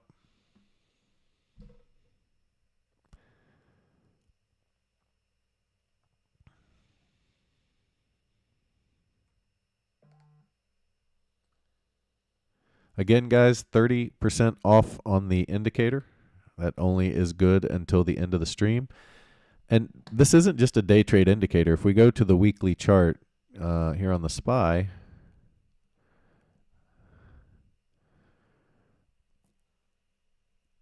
you had this buy signal here. Even if you took it at the high where you're supposed to, 566 is where you got in. They ran it up to 594. So, 66 to 95, it's almost a 29-point move up. As 595 was the high. 29-point move up in just a couple weeks. That's a huge win. You had this sell signal over here. If you could fade it, it took you down immediately to 575 and then came back up. But the sell was overall accurate. It took you all the way down to 481 here. So, the swing trades are also very, very powerful as well. So keep in mind, it's not just a day trade indicator. You don't have to sit here and watch the screen all day. If you want to just do swing trading, you certainly can. And it would be very, very strong. Man, these guys, this is going to be one of those days, I think. So again, 6 seconds before the market here, right? We get the sell, we get our take. They run it up just high enough to stop us out. They stopped us out by about 2 or 3 cents here, and now it looks like they're going to drop it again. So just one of those days. Those are annoying, but we made a little money on the first trade. Unfortunately, the bounce got us on the second half of that trade because we don't want to let a good trade go bad. But this is a big lesson here psychologically. Okay. If you're watching today, you could get really mad and say, I missed the trades. This sucks. I missed this move up, and now this short got stopped, and they're going to go further down. So I'm going to get short right here. And you may or may not win. They can certainly come down lower, and then they can certainly take this higher, but you're not following the plan, and that's when you get off base. We had a small winner. It's the way it goes. We got stopped out. They didn't have a lot of momentum to the downside yet. So that's just where you're at. If we miss the move, we miss the move. That is all part of trading, and that is getting your mind around those things and saying it is absolutely useless to worry about what the market does after I've closed out a trade. It's only effective to worry about the next setup.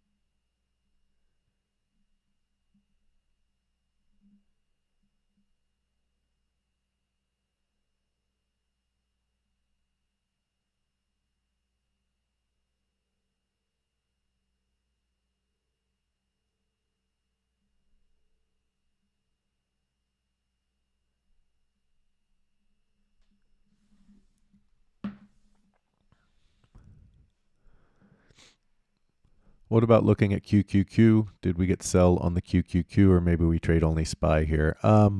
You can trade whatever you want. If you don't have the indicator, guys, you can use it on any stock. You simply go to whatever stock you want to trade, go to the settings, and in the settings it has ticker 1 and ticker 2. And what it's looking at right now is it's looking at the futures of the S&P, and it's looking at the Nasdaq futures because it wants to see all the markets moving in the same direction before it issues a trade alert. This gives you confluence in buying or selling and makes for a much more high probable winning trade. And so what we do is we just change these. So if I wanted to trade Apple, I would, of course, go to the Apple chart. Then I would change this, click on it, and type in Apple. And then I would do the same for this one and change it to Apple as well. And then we could trade Apple. So it can work on anything. It doesn't have to be just the SPY. You can trade anything you want for the purpose of these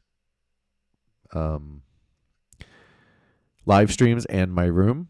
I only trade the SPY. However, I do say that a trade in the SPY is generally safe to trade the Qs as well. So we had the sell here. God, this stops annoying. But sell signal's right. It's right on. We're just going to have to sit out the move down here if they do move down further, much further. Make sure these are back on the right thing. Okay. If NASDAQ has heavy support around 21,371. If they get through that, then both charts can drop pretty good here.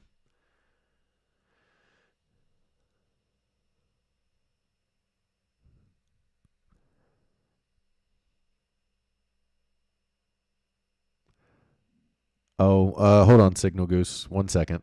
I might not have enabled it this morning. I had a lot going on. My bad if I didn't. Let me do that over here on this screen. Give me 1 second and that'll be turned back on. Let's see. We got to go to coupons.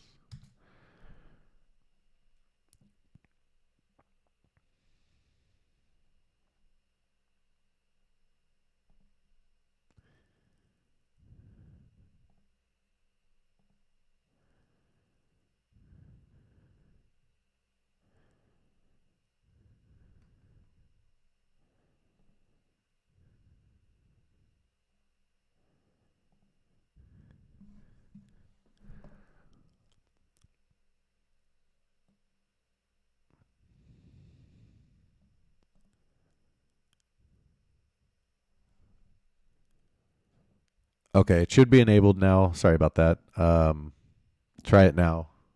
Signal Goose.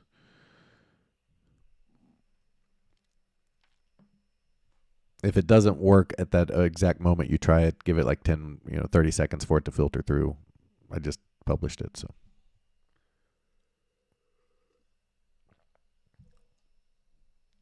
If anybody else did that, I don't know. Tried to sign up and the coupon didn't work, let me know.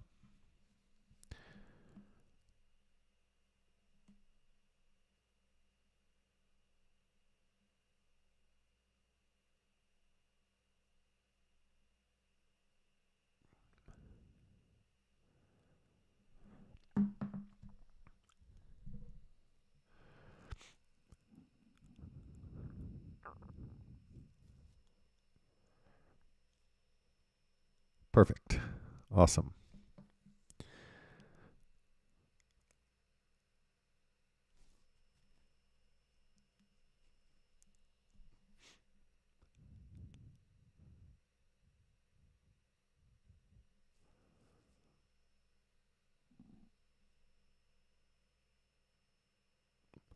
So when you sit around and watch charts all the time, you start to just understand and see things just because you do it all the time. I mean, you can't help but learn some things when you're doing this.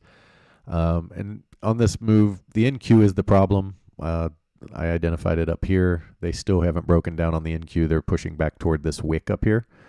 So the NQ is actually like trying to break out above this level, whereas the ES is way behind. So if the NQ is not on board, the ES ain't going anywhere.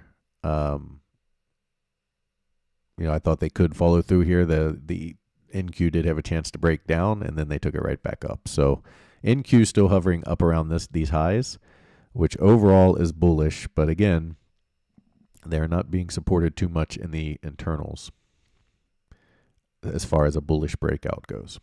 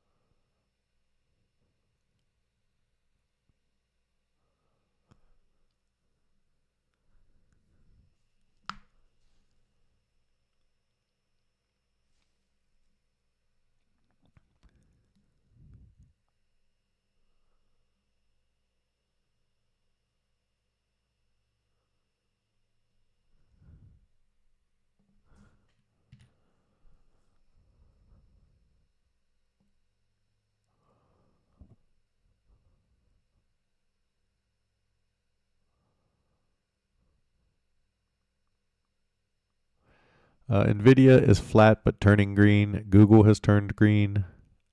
Netflix and Meta were already green. So the Mag 7 is holding up the market single-handedly. Well, seven-handedly. They obviously Microsoft is getting hit a little bit, and Amazon and Apple are getting hit a little bit, but Netflix, Google's doing really well. Nvidia turning green now, SMH trying to turn green. Those are going to hold up the market without those being on board with the drop. Breadth is terrible and the ADD is terrible, but without the Mag 7 being part of that terrible, it's too much weight. So it's going to be able to hold this market.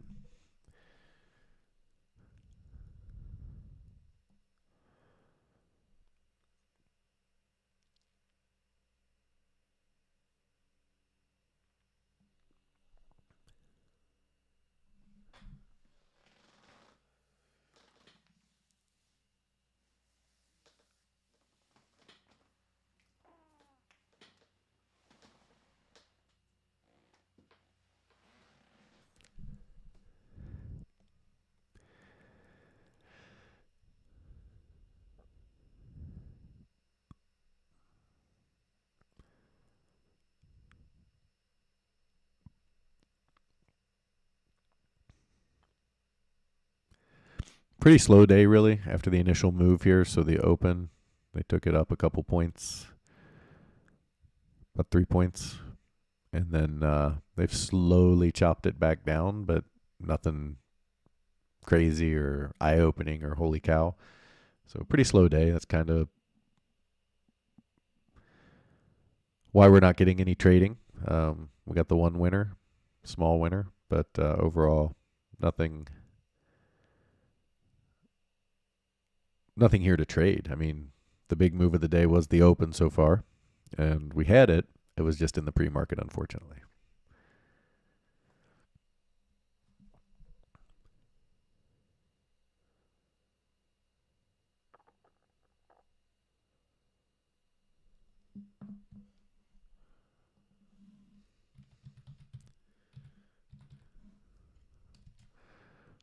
Don't forget, guys, if you're enjoying this and you're learning anything, hit that like button, please. Subscribe to the channel if you haven't already. I put out tons of content. I'll have another episode of the podcast shortly. That should be out this week. So we'll have that, as well as these types of videos and other things. So if you subscribe to the channel, you'll get all those. And again, that coupon code only good for the live stream. After the live stream is over, you'll have about a half hour while I give people access, and then it'll go away.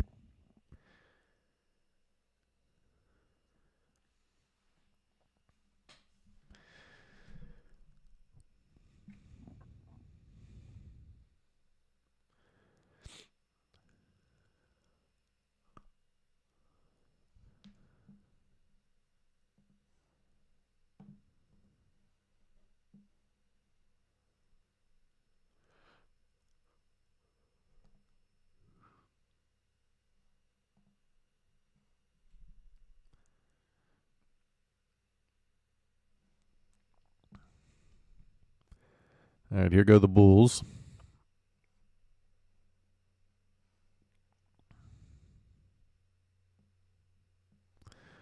Remember, our next major target, guys, to the upside was 592, I believe. Yeah, 592 was our support. Sorry, it's resistance, but it's called put support on here because that is where you would expect the market to hold from the upside. So when they come back from the downside, that will be resistance.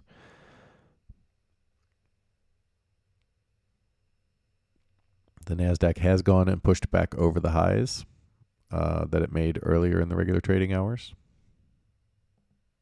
So ES way behind. NASDAQ already back above this bar. ES is way down here still.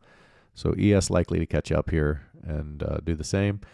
NASDAQ hit a high volume level. It has another one right above it here at 21,450. So it's got two levels here that it's trying to get through. It rejected already this one, so now it's coming back. Second time it's always going to push, not always, but likely to push through. The question is it a spike and fail, or is it a push through and go? They're still in a heavy call or heavy resistance box here on the NASDAQ. Ideally, we can get a reversal here, but we need a sell stop on the ES. NASDAQ has one here, but ES doesn't. So we need ES to kind of reset and then get a reversal off of that level.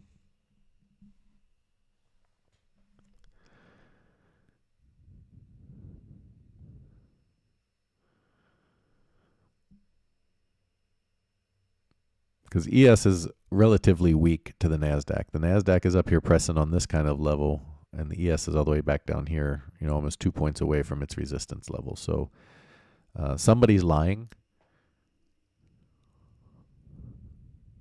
The NASDAQ has closed the gap, where the ES is still down 0.5%. And almost always, if they are out of alignment and the ES is red and the NASDAQ's green, if it stays that way, obviously the ES can catch up. If it stays that way, it usually aligns to the downside. So if ES doesn't get back above green or gets its head above water here soon, you'd be looking at more likely downside playing out.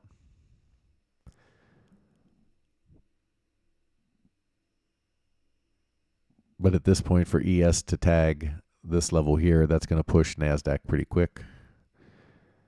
NASDAQ's next level would be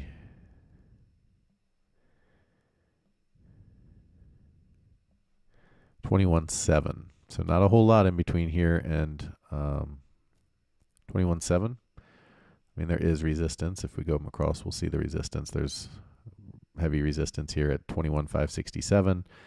There's heavy resistance at 21.525, but the volume levels are higher. So if that makes sense.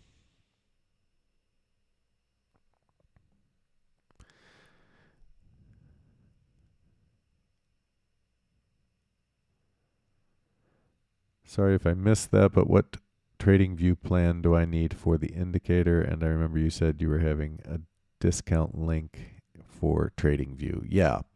So two things. One, the discount link after you buy the indicator. If you scroll down, it'll say right here, this is a trading view indicator only. If you don't have an account, please click the link below to get a discount. Click here to open a trading view account. So you click on that.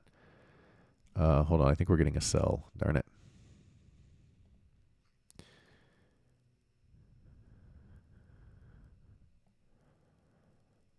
Yes, we are.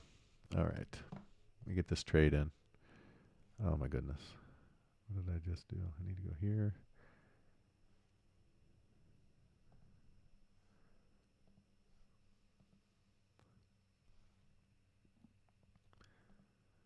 Okay, 590. We're at 590 for 98 cents.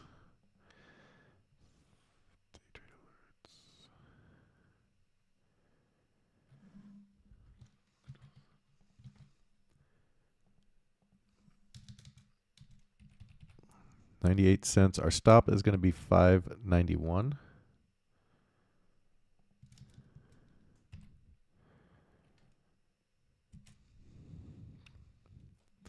All right.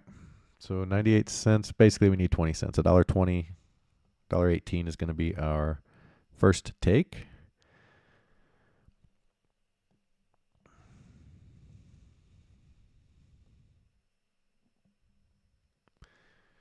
If they're able to follow through to the downside here.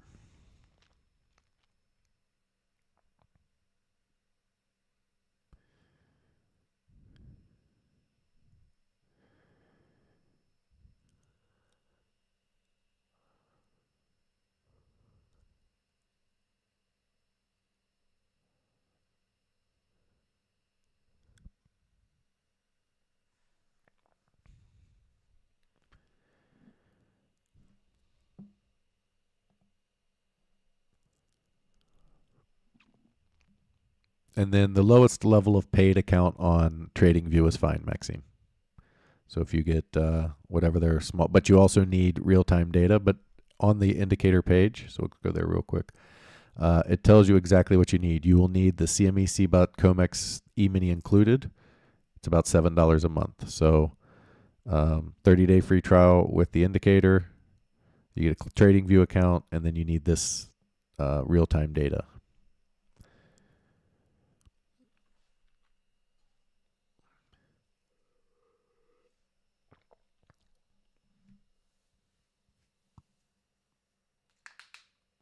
If anybody is using the indicator and you find that this sell signal appears late, in other words, 2 bars pass and then the sell signal comes up, that means you don't have real-time data on the ES or NQ, and by the time your data catches up, that's when it prints the sell signal back here. So you need real-time data, otherwise you're going to be on a delay.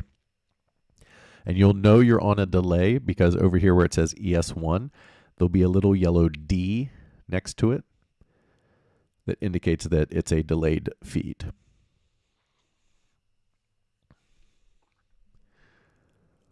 I think it's yellow. It might be red, but it's a little D next to ES1 right here that indicates your feed is delayed.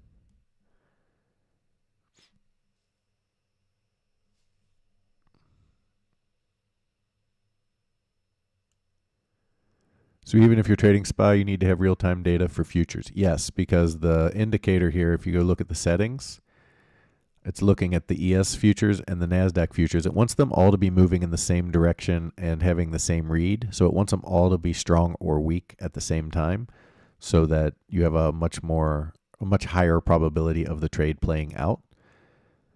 So you do need the real-time data regardless.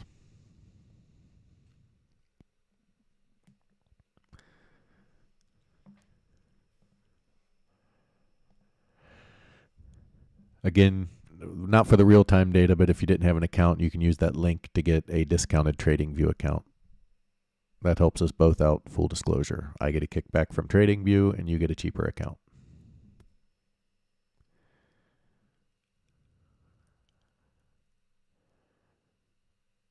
All right, let's see if we can at least get a back test of VWAP in the 21 here. Or failure altogether would be great.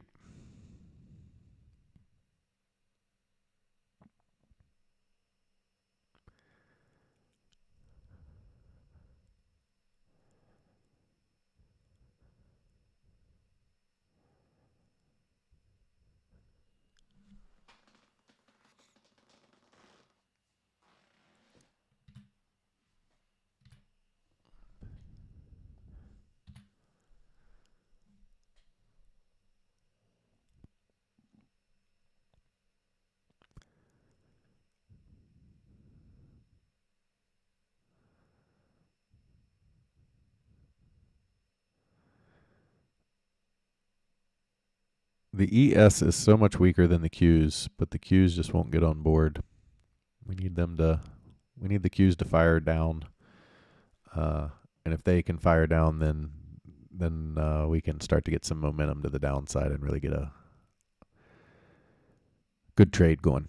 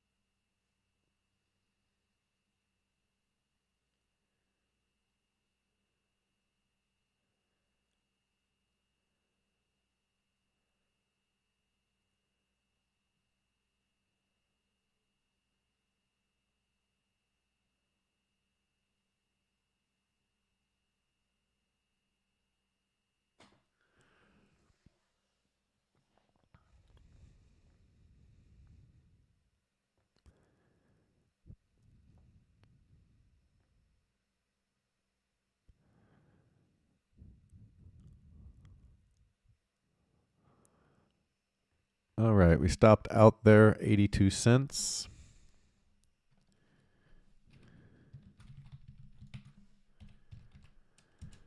So we had a 12-cent winner, 16-cent loser, so overall negative 4 cents on the day, and that's the whole point. So this sell that's a winner, it's a small winner, but this sell that was a loser here basically cancels out. It's within 4 cents, it's close enough. But those two basically cancel out, which makes any runner trades, again, very profitable. So down 4 cents on the day isn't too big of a deal. They are now starting to catch up here on the ES, obviously. They're breaking out over this high.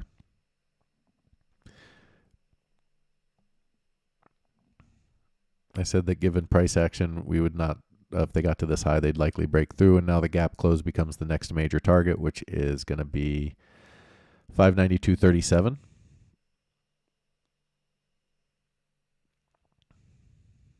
And 593 after that. So we'll look for those two areas to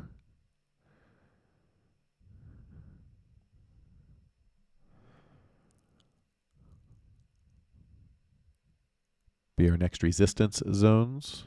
Let's see where the alignment is here.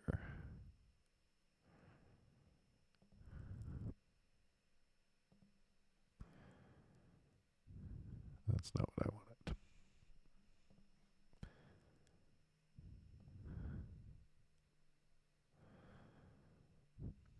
So the 1.0 is at the gap close. So if this is a B, C, it's coming right into 592.71. 82 is the gap close. So that would be the target here that we'd be looking for.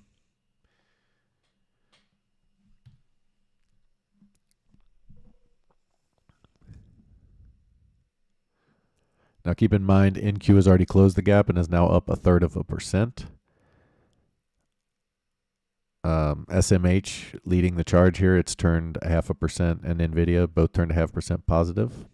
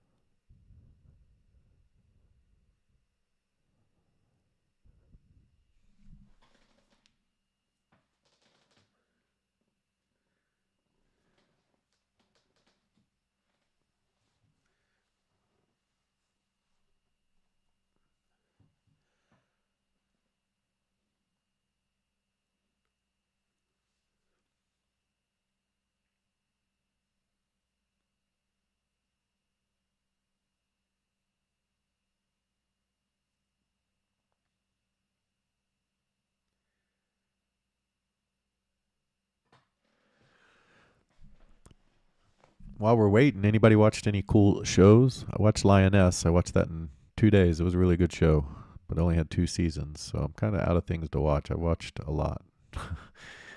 The wife and kids gone, you get a lot of TV time, and I don't know what's out there to watch.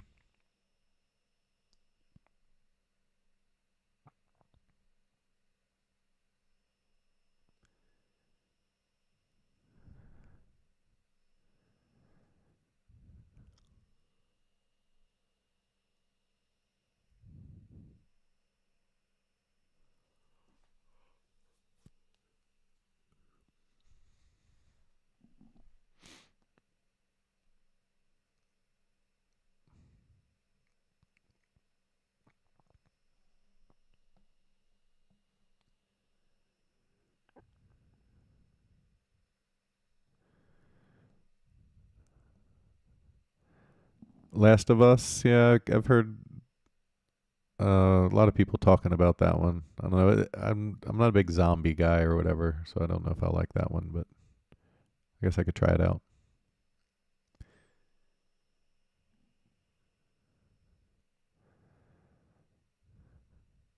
Although I loved Game of Thrones and the Walking Dead army of the North Wall, so the White Walkers were zombies, I guess.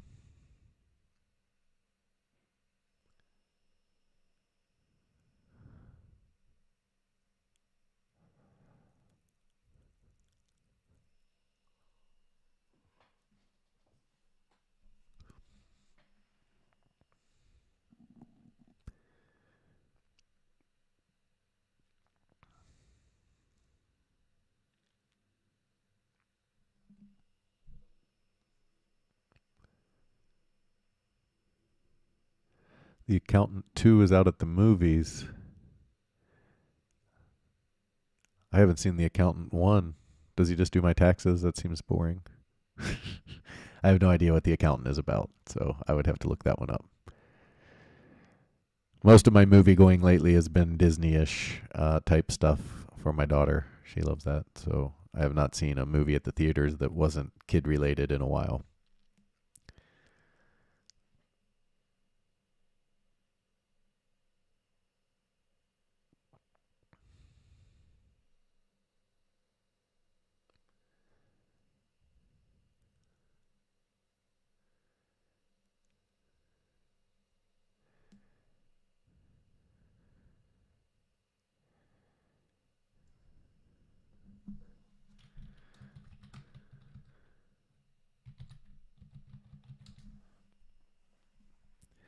Let's see, the accountant. Oh, Ben Affleck, I see. Oh, I like Anna Kendrick. I guess I'd have to watch the first one before I could watch the second one.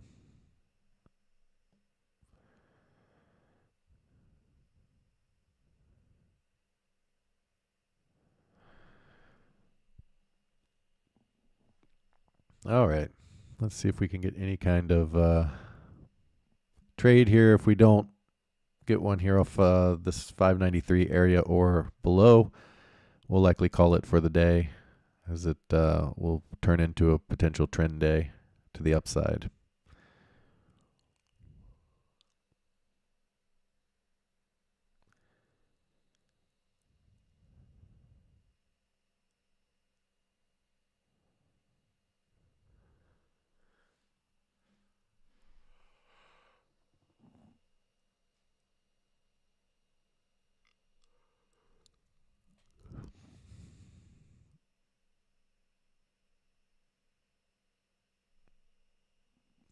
Now, often big moves due to bonds. Did that start at 11? I guess.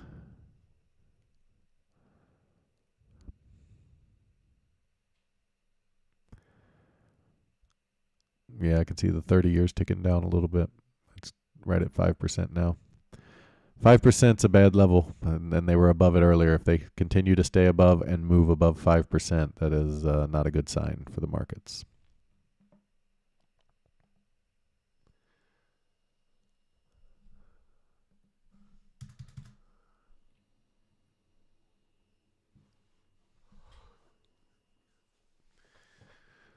Where's the gap? It is 592.82, yesterday's close. It's right here on the screen.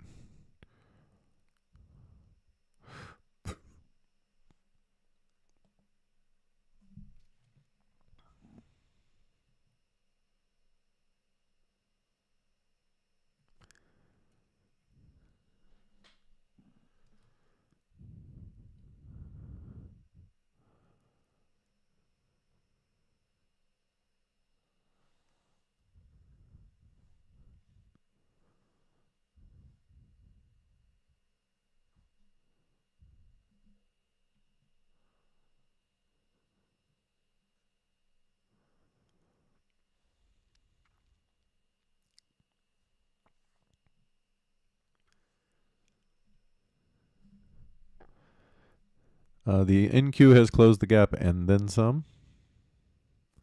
Is well above the 21 and VWAP. VWAP not really moving with price. I mean, it's moving up, but not like aggressively.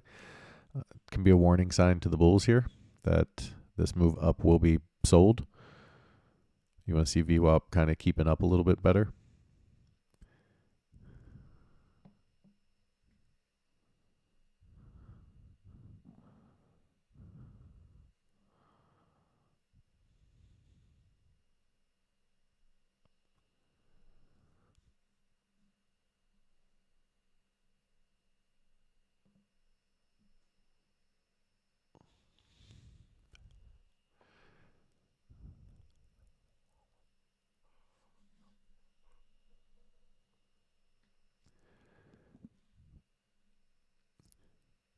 $592.82. Hyman Son.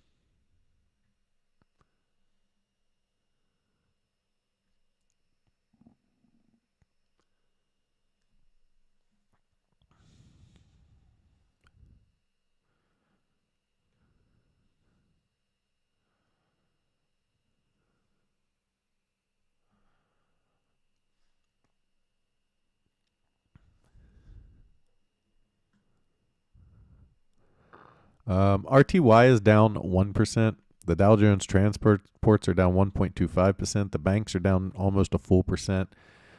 These are not supportive of a bull rally.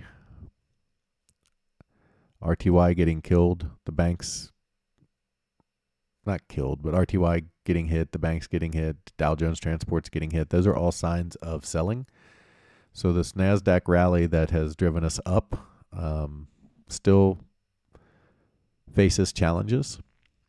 That doesn't mean it's going to get sold, but it does give you a lot of information that says it's not as strong of a rally as you might think.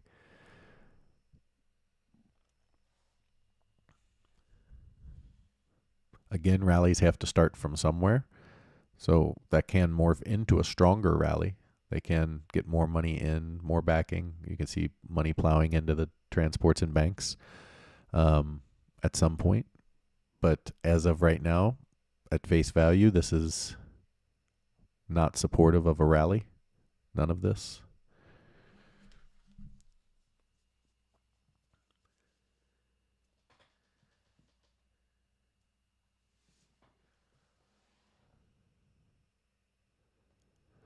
We might not run higher to Nvidia earnings next week. Then we'll see. Yeah, I mean they're certainly a catalyst. We'll see where the market's at when those earnings come out.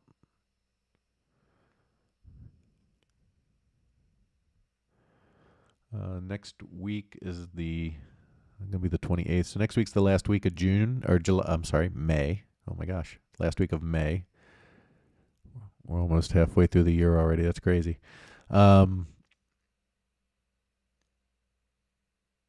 June is a historically bearish month. So I could definitely see the market hanging out up here for a little bit and then pulling back or being in a big choppy range that's just ugly. That's what it's been in for the last 2 weeks, is a slow grind higher in a choppy range where all of the movement happens after hours and then the days just suck. So anything to break that cycle would be great. But the market moves in cycles. It runs in cycles. That's just how it works. And right now we're in one of those trading cycles that isn't as fun. And I think that's what, I haven't thought of that exact concept of trading, but I think traders expect the market to be basically the same every day. In other words, highly tradable. And that's just not the case. There are definitely lots of days of the year that are just not tradable whatsoever. Because either there's too much chop or it's a trend day or whatever's going on. And people go into the market thinking they can make the same kind of money every day trading. And that's just, if you do that and you get into those days, that's when over trading and account blowups happen because they believe, oh, well, the market moved 8 points yesterday. It can move 8 points here. I haven't recognized we're in a range. I haven't recognized that price is trapped or that we're in a trend or whatever else is going on, and I'm trying to trade these trades that aren't going to work. You have to kind of understand the cycle that the market is in. And right now it's in a cycle of after hours moves and slow grind real trading hours. So after hours you're getting gaps and then you're getting really slow grinds during regular trading hours, which makes it really hard to trade because if you're a swing trader, you have to wait and see if the market does the after hours move in your direction, which can be dangerous. And if you're a day trader and you're getting slow grindy days, that's no fun to trade. So these kind of cycles suck and you're going to go through them. And it's best just to trade what you see and understand, again, that you're going to go through periods of time that aren't as easy to trade, aren't as fun, and certainly aren't as profitable and might even be losing.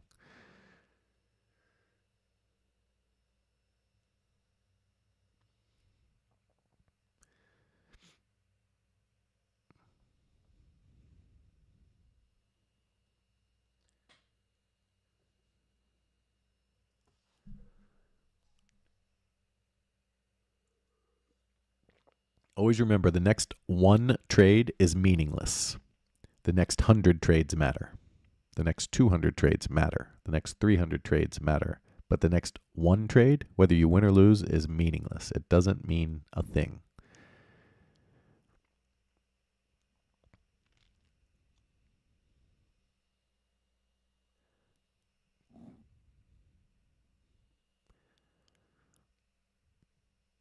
People get very caught up on winning and losing.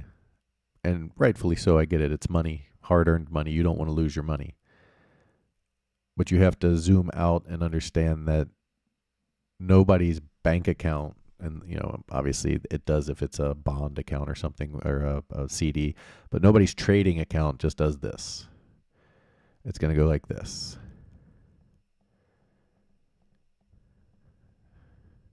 And you have to be able to survive all of these here so that you can get these here. And the only way to do that is with proper sizing, proper trading discipline, proper risk reward, proper edges, proper mental game.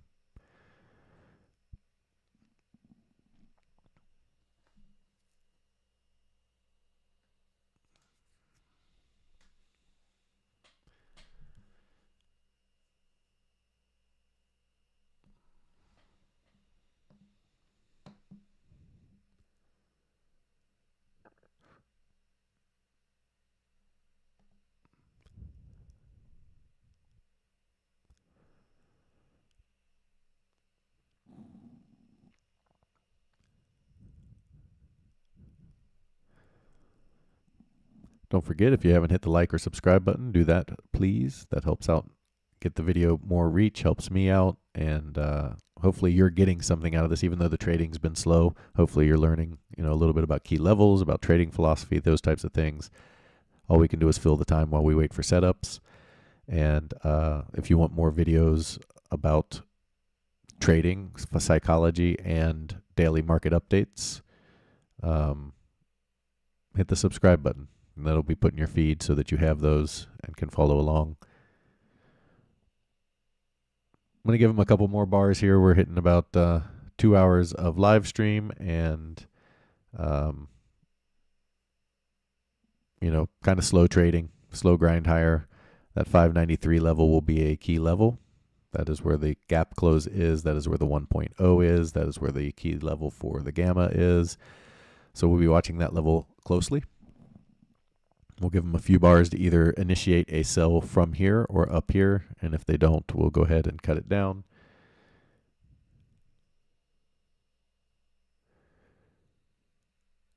I hate crypto, but the Bitcoin chart looks solid. Yeah, I mean, they should be ready for a breakout. I go over that every day on my midday call, and they actually are breaking out, it looks like. 115 was the next target with 130 to 140 overall on Bitcoin.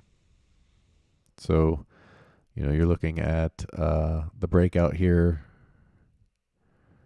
and then 115 being the next target. This isn't the chart I have. I have a chart somewhere else on my other charts, but this is my trading chart for stuff. Ignore all these buys and sells. This is not set up for Bitcoin. But yeah, the Bitcoin, we've been talking about a breakout on Bitcoin for the last week or so. As soon as they got above 99, that was the bull level, and the bulls took control now, and they're up to 109. So.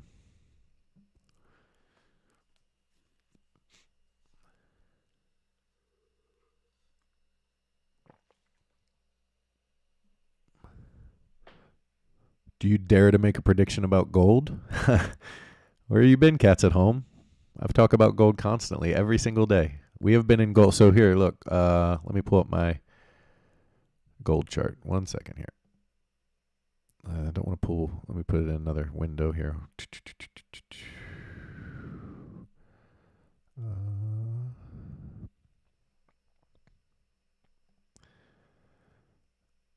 Open link in new tab. Yes, please. Okay, let's go here.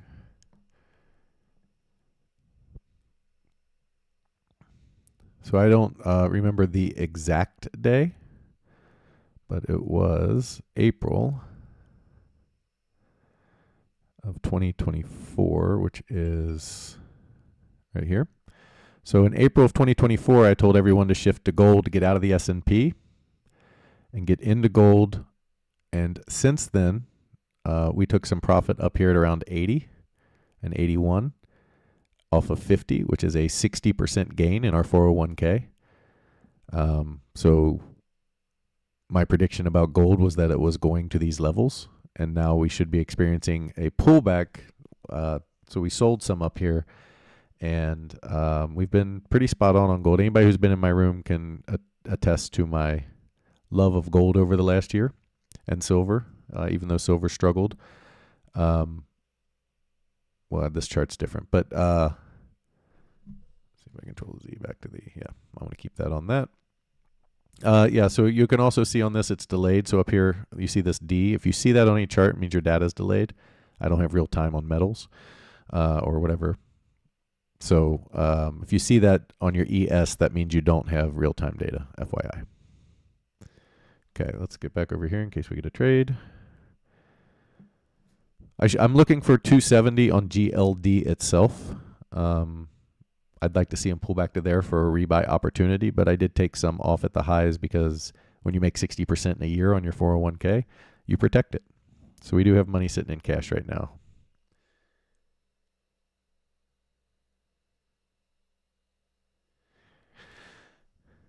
We have, in fact, I can give you my whole portfolio if you want. It's pretty simple.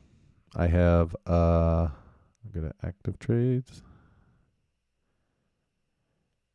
I have 16.5% in an S&P account of my money, 16.5% of my money, 20% of my money in precious metals, and 53% in cash because I think there's going to be buying opportunities ahead. So I want to have cash to deploy, and I want to protect my money after that run up. So yeah, that's my portfolio right now. Pretty simple. I keep it easy. For retirement portfolio. That's a retirement, by the way. That is not just all of my stocks and stuff. I have a whole bunch of different things for that. But okay, back to day trade alerts. And do we get a call or a signal here? That's the question of the day.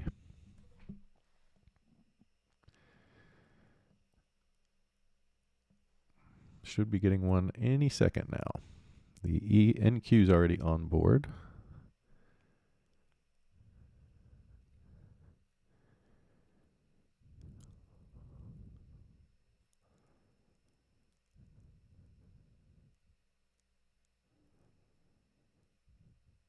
How high do you think the 30-year bond will go? I'll be very honest with you, Will. I hardly ever mess with bonds, so I don't have a read on that other than I know that 5% is the number where the Fed starts to freak out and do things that are damaging to securities, and they're at 5% now. So I can't give you a number to the upside because I don't track it. I just keep an eye on the number so I know when it's above 5. So yeah, they're back over 5. They went down to 5. They're back up to 501.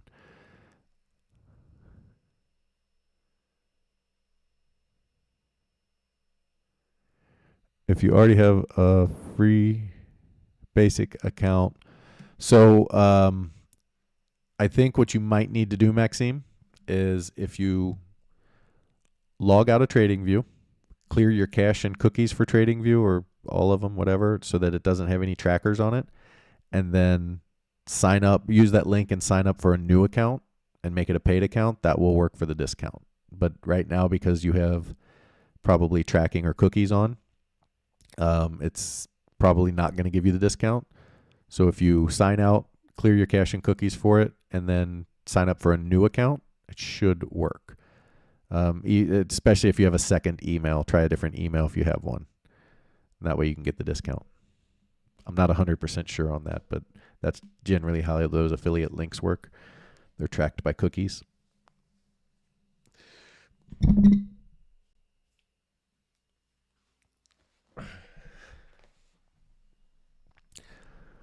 Never be afraid of, I shouldn't say never. Don't be afraid of most affiliate links. They're simply to help you and help the person who gave it to you. So somebody did some research or did something. For instance, I put together an indicator in TradingView, and now you need that product that I recommend. And because I did that work, I say, hey, here's something for you that gives you a discount, and I get to make money too. It's not like some negative where you have to pay more and I make money. It's usually good affiliate links are beneficial for both parties, where you get a discount and I get a kickback from TradingView for recommending TradingView. Also know that I'm not a affiliate whore. I will only recommend things that I use personally and like and would continue to use or have used in the past, but maybe there's something that's for beginner traders that I use to get better, and I would recommend that because I've done it. But I'll never recommend anything that I've never done myself or don't use myself. So That's the only thing to be cautious about with affiliate links is people will just whore them out and do anything for money, and then the product turns out to be shit, and that's bullshit. I will never recommend anything I don't think is valuable or usable. I try to keep everything on the up and up, guys. I don't peddle get rich quick schemes. I don't peddle lies. I just tell you what we're doing, and you're welcome to join. And the proof is in the pudding. If I'm not making money, you're not making money. Okay, we got a trade here, so we're gonna be $5.91 at 95 cents, and our stop is gonna be $5.92.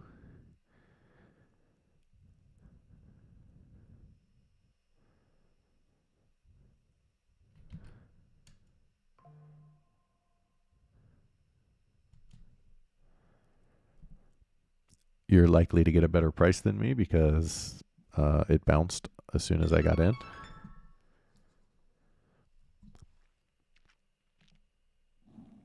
We will see if this sell can come back and tag this area here, the breakout area.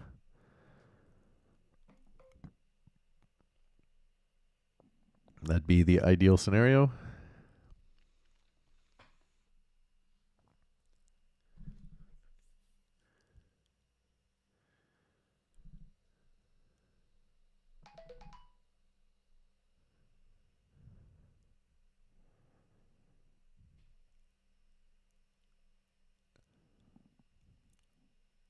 That would be the negative. Yeah, if you have a chart set up the way you want, you'd have to reset that chart.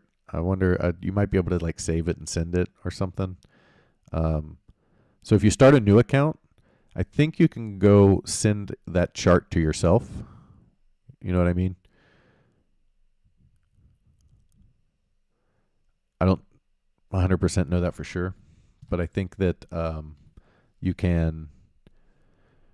Like I think I can take this chart and make a copy, export chart data. Yeah, this might be it. Like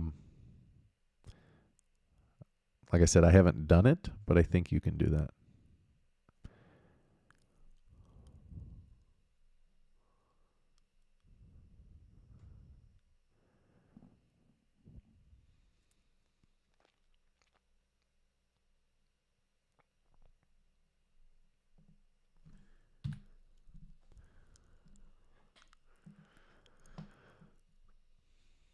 Guys, on my midday call, every single day I do about a half hour to a 1 hour call, just depending on how many questions and charts people want to see.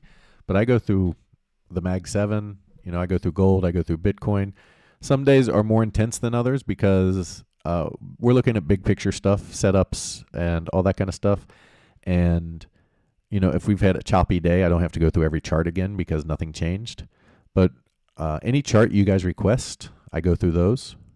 And if you want to try out the midday call, you certainly can for $5. It's really cheap. I made it simple so you can just kind of see what's going on in our membership plans.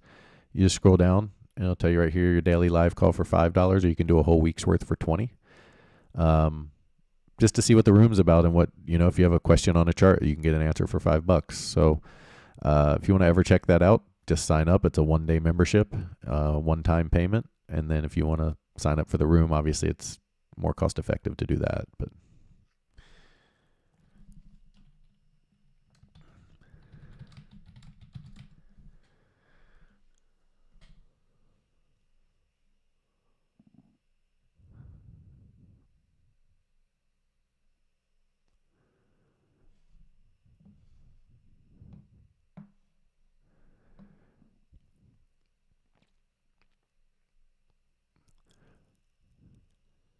the BG message retracted. You must have said something mean. Just kidding. You probably said something that I already answered. Today was a good day to learn a lot. Well, good. I'm glad, Hans, because slow trading days, I try to teach as much as possible and especially go over, what to do with the indicator. I know some of you guys have it.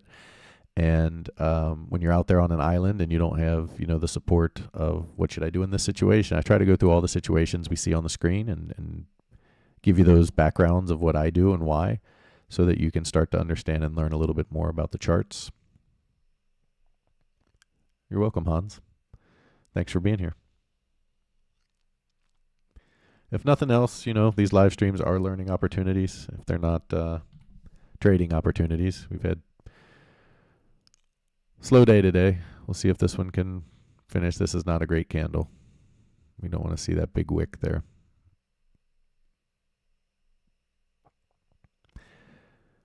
We're still sitting at negative 1400 ADD, which is a bearish total. It's not even sort of bearish. That's very bearish. You're still sitting at negative 68 million volt.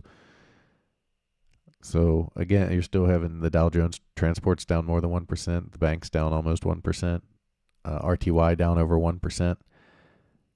The SPY's still down. The Dow's down. I mean, the only thing holding this market up is the NASDAQ. And quite frankly, the Mag 7, the SMH and NVIDIA have turned very green here. They went from red to positive 1.3 and 0.8%, and they are holding up the market. So market breadth is bad. That is a fact. This is a concentrated market, which is how bubbles go. You get time periods where market breadth is better and pushes, but in general, this has been held up by the Mag 7. Before we had several red Mag 7s. Now you have Microsoft, which is only down 0.25%. Amazon and Apple's basically flat now. But you have Google up 4% and others. So the Mag 7 really flexing to hold the market up today.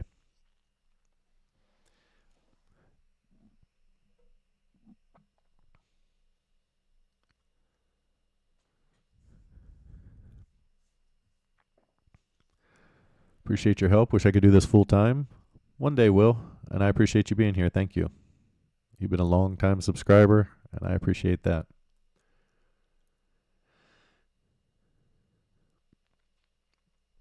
Interest rates 4.5. No sense except low volume holiday week. Be aware next week. Yeah, going into the end of the week especially, they're going to probably drift this higher. They tend to do that in holiday weeks. So tomorrow, you have a lot of people take Friday off, so it'll be low volume trading. And it can be hard to get the market to drop during those periods of time.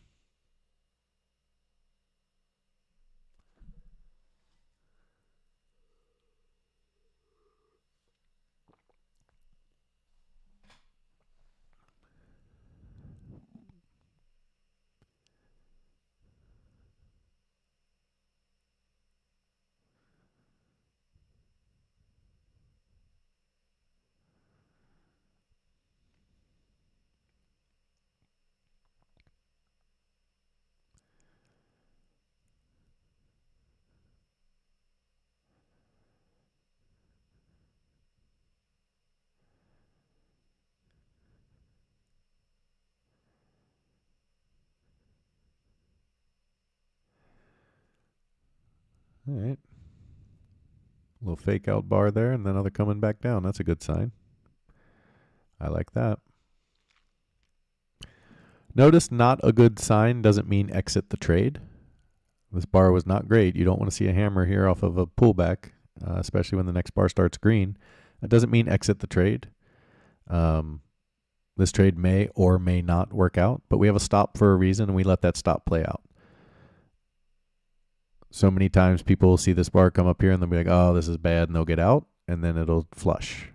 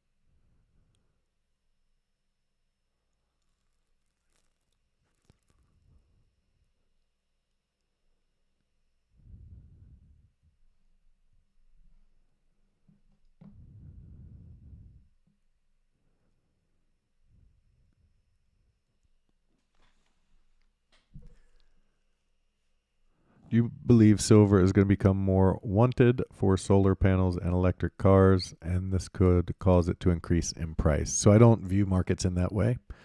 Um, Demand and those types of things. I mean, obviously, there are reasons for those types of things, but that's not how I view the market personally. I think silver is, if gold and silver have another leg up left in them, which they very, very, very possibly could, silver needs to get above 31, I think it is. 30, whatever, not that high, but hold on one second. We'll go to the other chart. It's easier.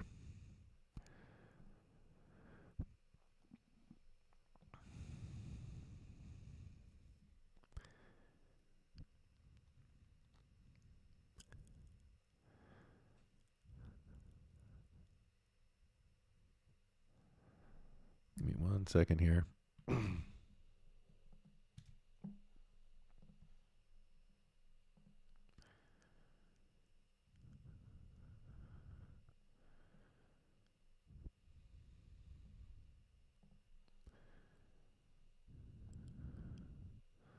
So silver's first conquest needs to be 30.65. They get above that, they need to get at 31.41, and then they can run. And silver should outperform gold very, very strongly. In this next leg higher, it always does at the end of the metals runs. So if and this is a big if, because silver's been kind of a dog over the last few weeks. If silver is able to break out,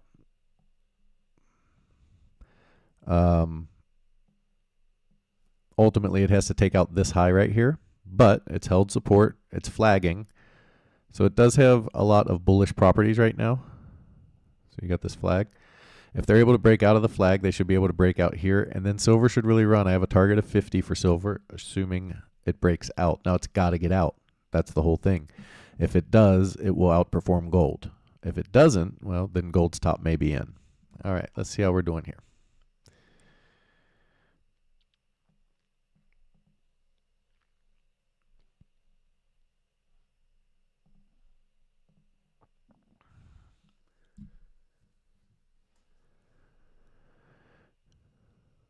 Could it be that gold is correcting while silver is rallying? That happens quite often. In fact, the last metals blowout top, gold topped, I believe, 5 or 6 months before silver. I'm not 100% sure on that, but it's right around 5 or 6 months. And silver kept absolutely rampaging on. And I think it will do it again. That has been the metals complex phenomenon that happens almost without fail. Gold leads, silver catches up very, very quickly at the end.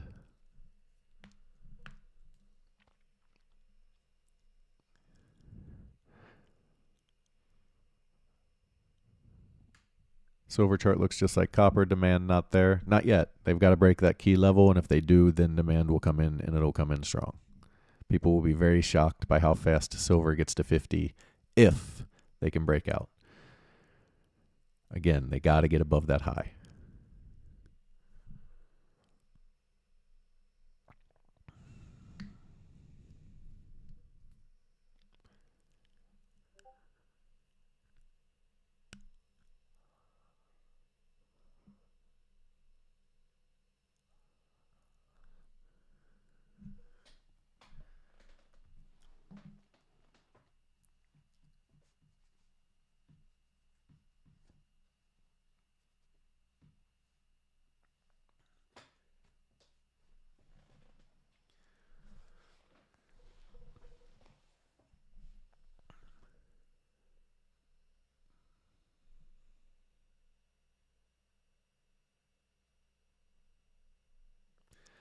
All right, they break this low here at 591.26, and we should come at least to test the pre-market high / VWAP area at 590.95.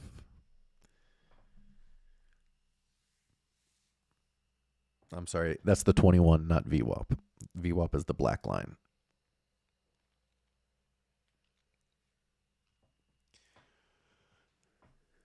And VWAP is still not really participating in the move up.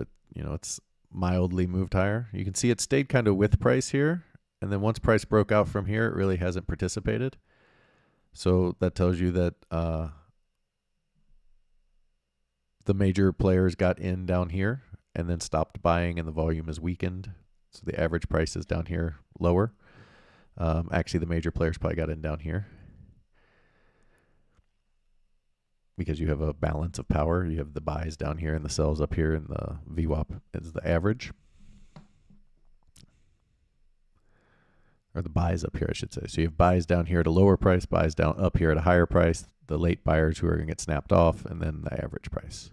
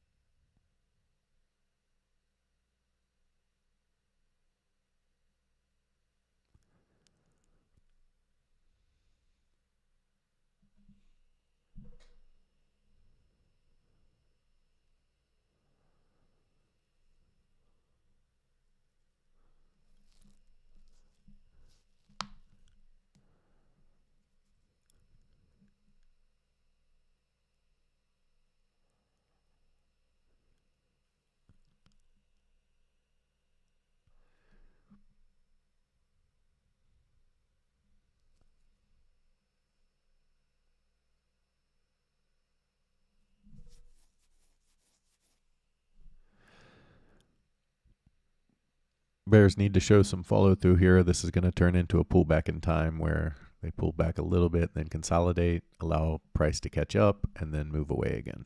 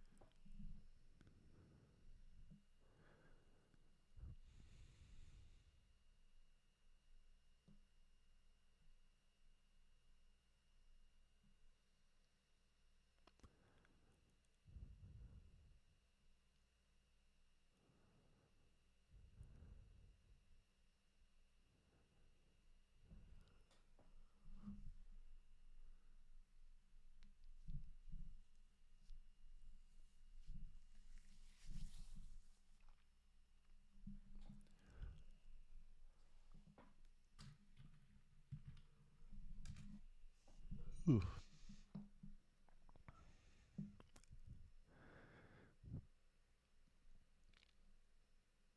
All right, we stop out there, 70 cents.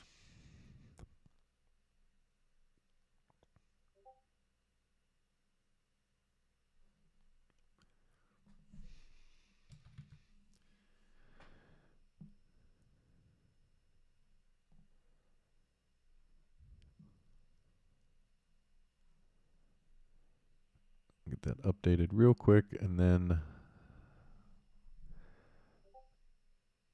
might give them one more minute here, and then we'll probably shut this down. But let me get that updated.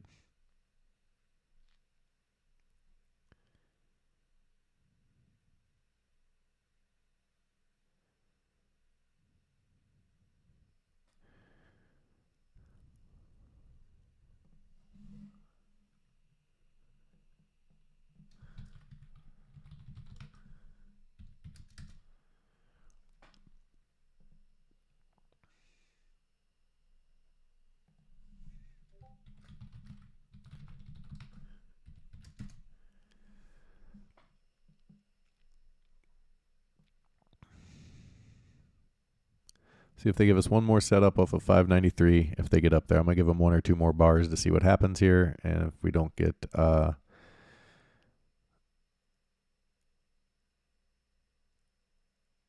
NASDAQ back on board. So NASDAQ is still in a sell right now.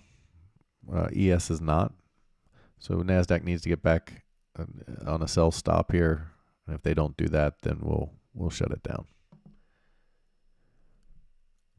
Do you guys have a way to program the stop on the options based on the SPY value? I don't have to manually stop every time. I have to manually stop every time, losing several cents on the options, which costs a lot.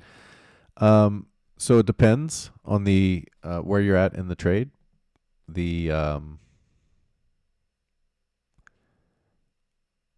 you're on the options price, you can program it in to stop automatically.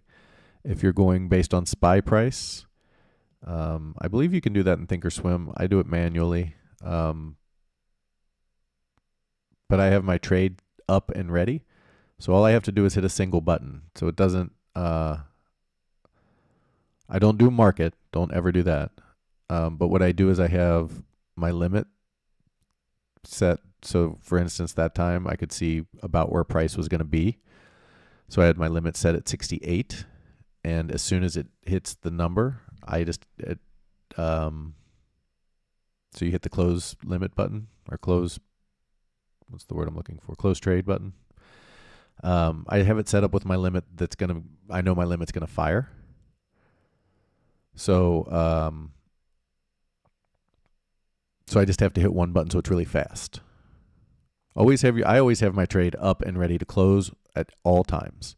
I have it up and ready to open at all times. So I know I'm looking, we're not going to get a short here, even if they do move down because the NASDAQ hasn't flipped, but it never flipped. The NASDAQ never flipped out of short. So you're not going to get a new sell signal unless they push higher first. But I would have my put open right now and ready to buy the puts so I can get in instantly.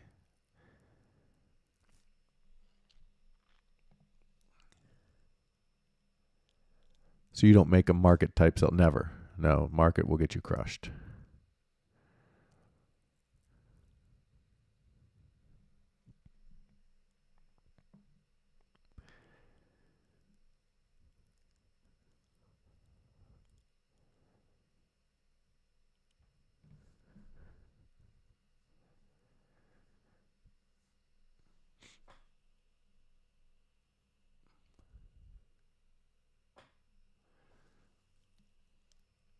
And definitely never trade a market order at near the first 15 minutes of the market, because there are so many weird bids in there from, the night before or whatever. If you put in market, you could get undercut by 30%. So if you go out, you've got a winning trade, and you say, oh, okay, I just want to sell it at the open to make sure it doesn't go against me for the day. And you hit market, there are bids out there that can absolutely destroy you. I've seen people have like 60% wins and hit the market order button because they wanted to get out, and get out with like a 10% win. Like, that's how bad it can be. Or even break even. Never use the market order button.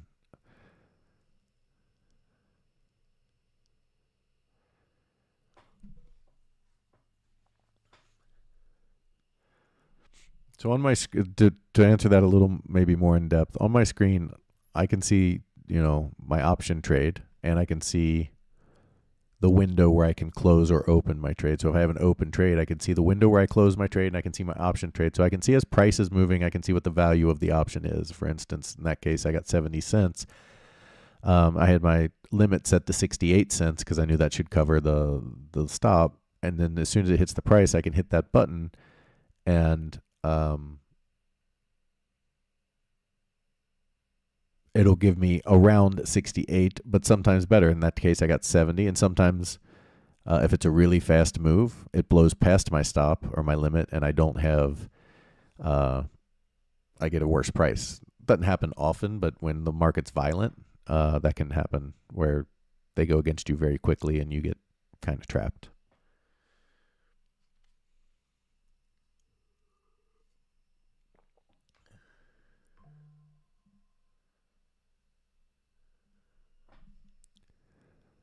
That is correct, Maxime.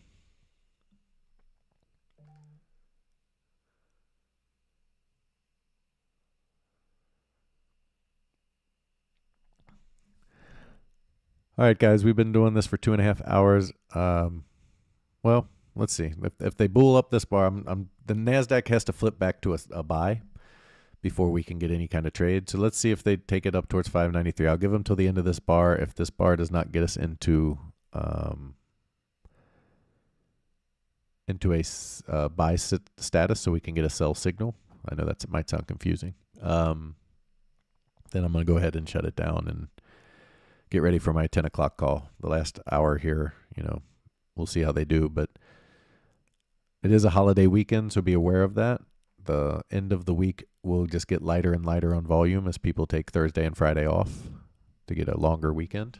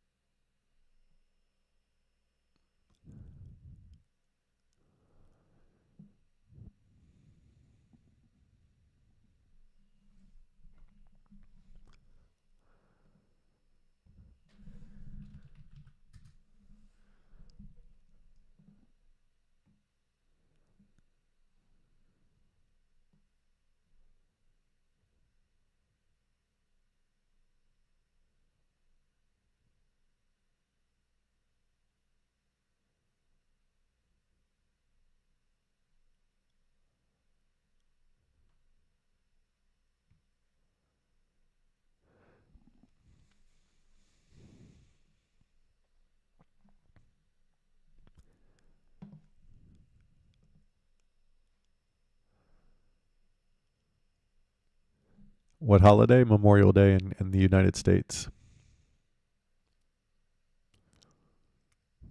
Market is closed Monday.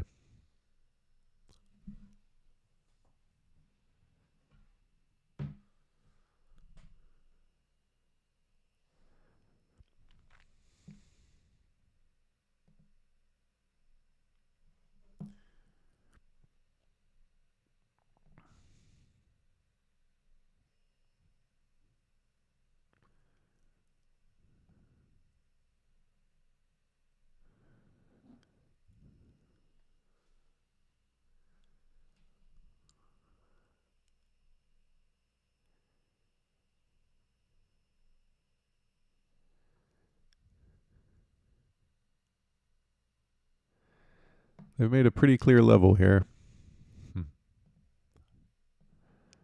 have not closed a single bar below it. This 591.65 level. They got to close a bar below it to even get started. But Nasdaq's still sitting in a sell, so we're not going to get a sell signal unless they drive the price higher here at the end of this bar. But I'm skeptical of that.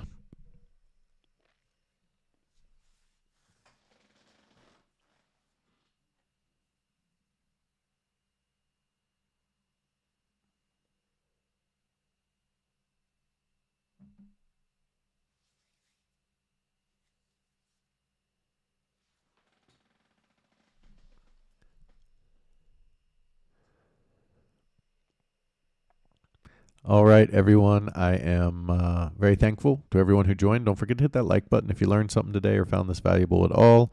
Don't forget that 30% coupon only lasts for the next half hour. Not a great day. Not a whole lot going on. We had a couple of trades, 3 trades, 1 winner, 2 losers. This is how it's been for last few weeks. The market's been moving in the pre-market and then kind of choppy post-market. So It's been a little bit frustrating, but that's part of it, guys, and that is the lesson to take away from today is not just today, but that the market works in cycles, and you're going to go through these cycles of consolidation and sideways movement that are very hard to trade, where you don't get as good a trades as you'd like to see, and that's why having a good trade plan, good trade risk reward, good trade discipline, all of that is important. Sizing and following the plan. So the indicator gives you the plan. All you got to do is follow the rules. Makes it really simple. And again, it's each individual trade mean nothing. It's about the next 100 or 200 or 300 trades. All right. Thank you guys very much for joining the live stream. We're going to go ahead and close it down now. I think I'm going to do these on Wednesday moving forward instead of Tuesdays. So next Wednesday, we'll do it again and go from there. All right. Thanks, everybody.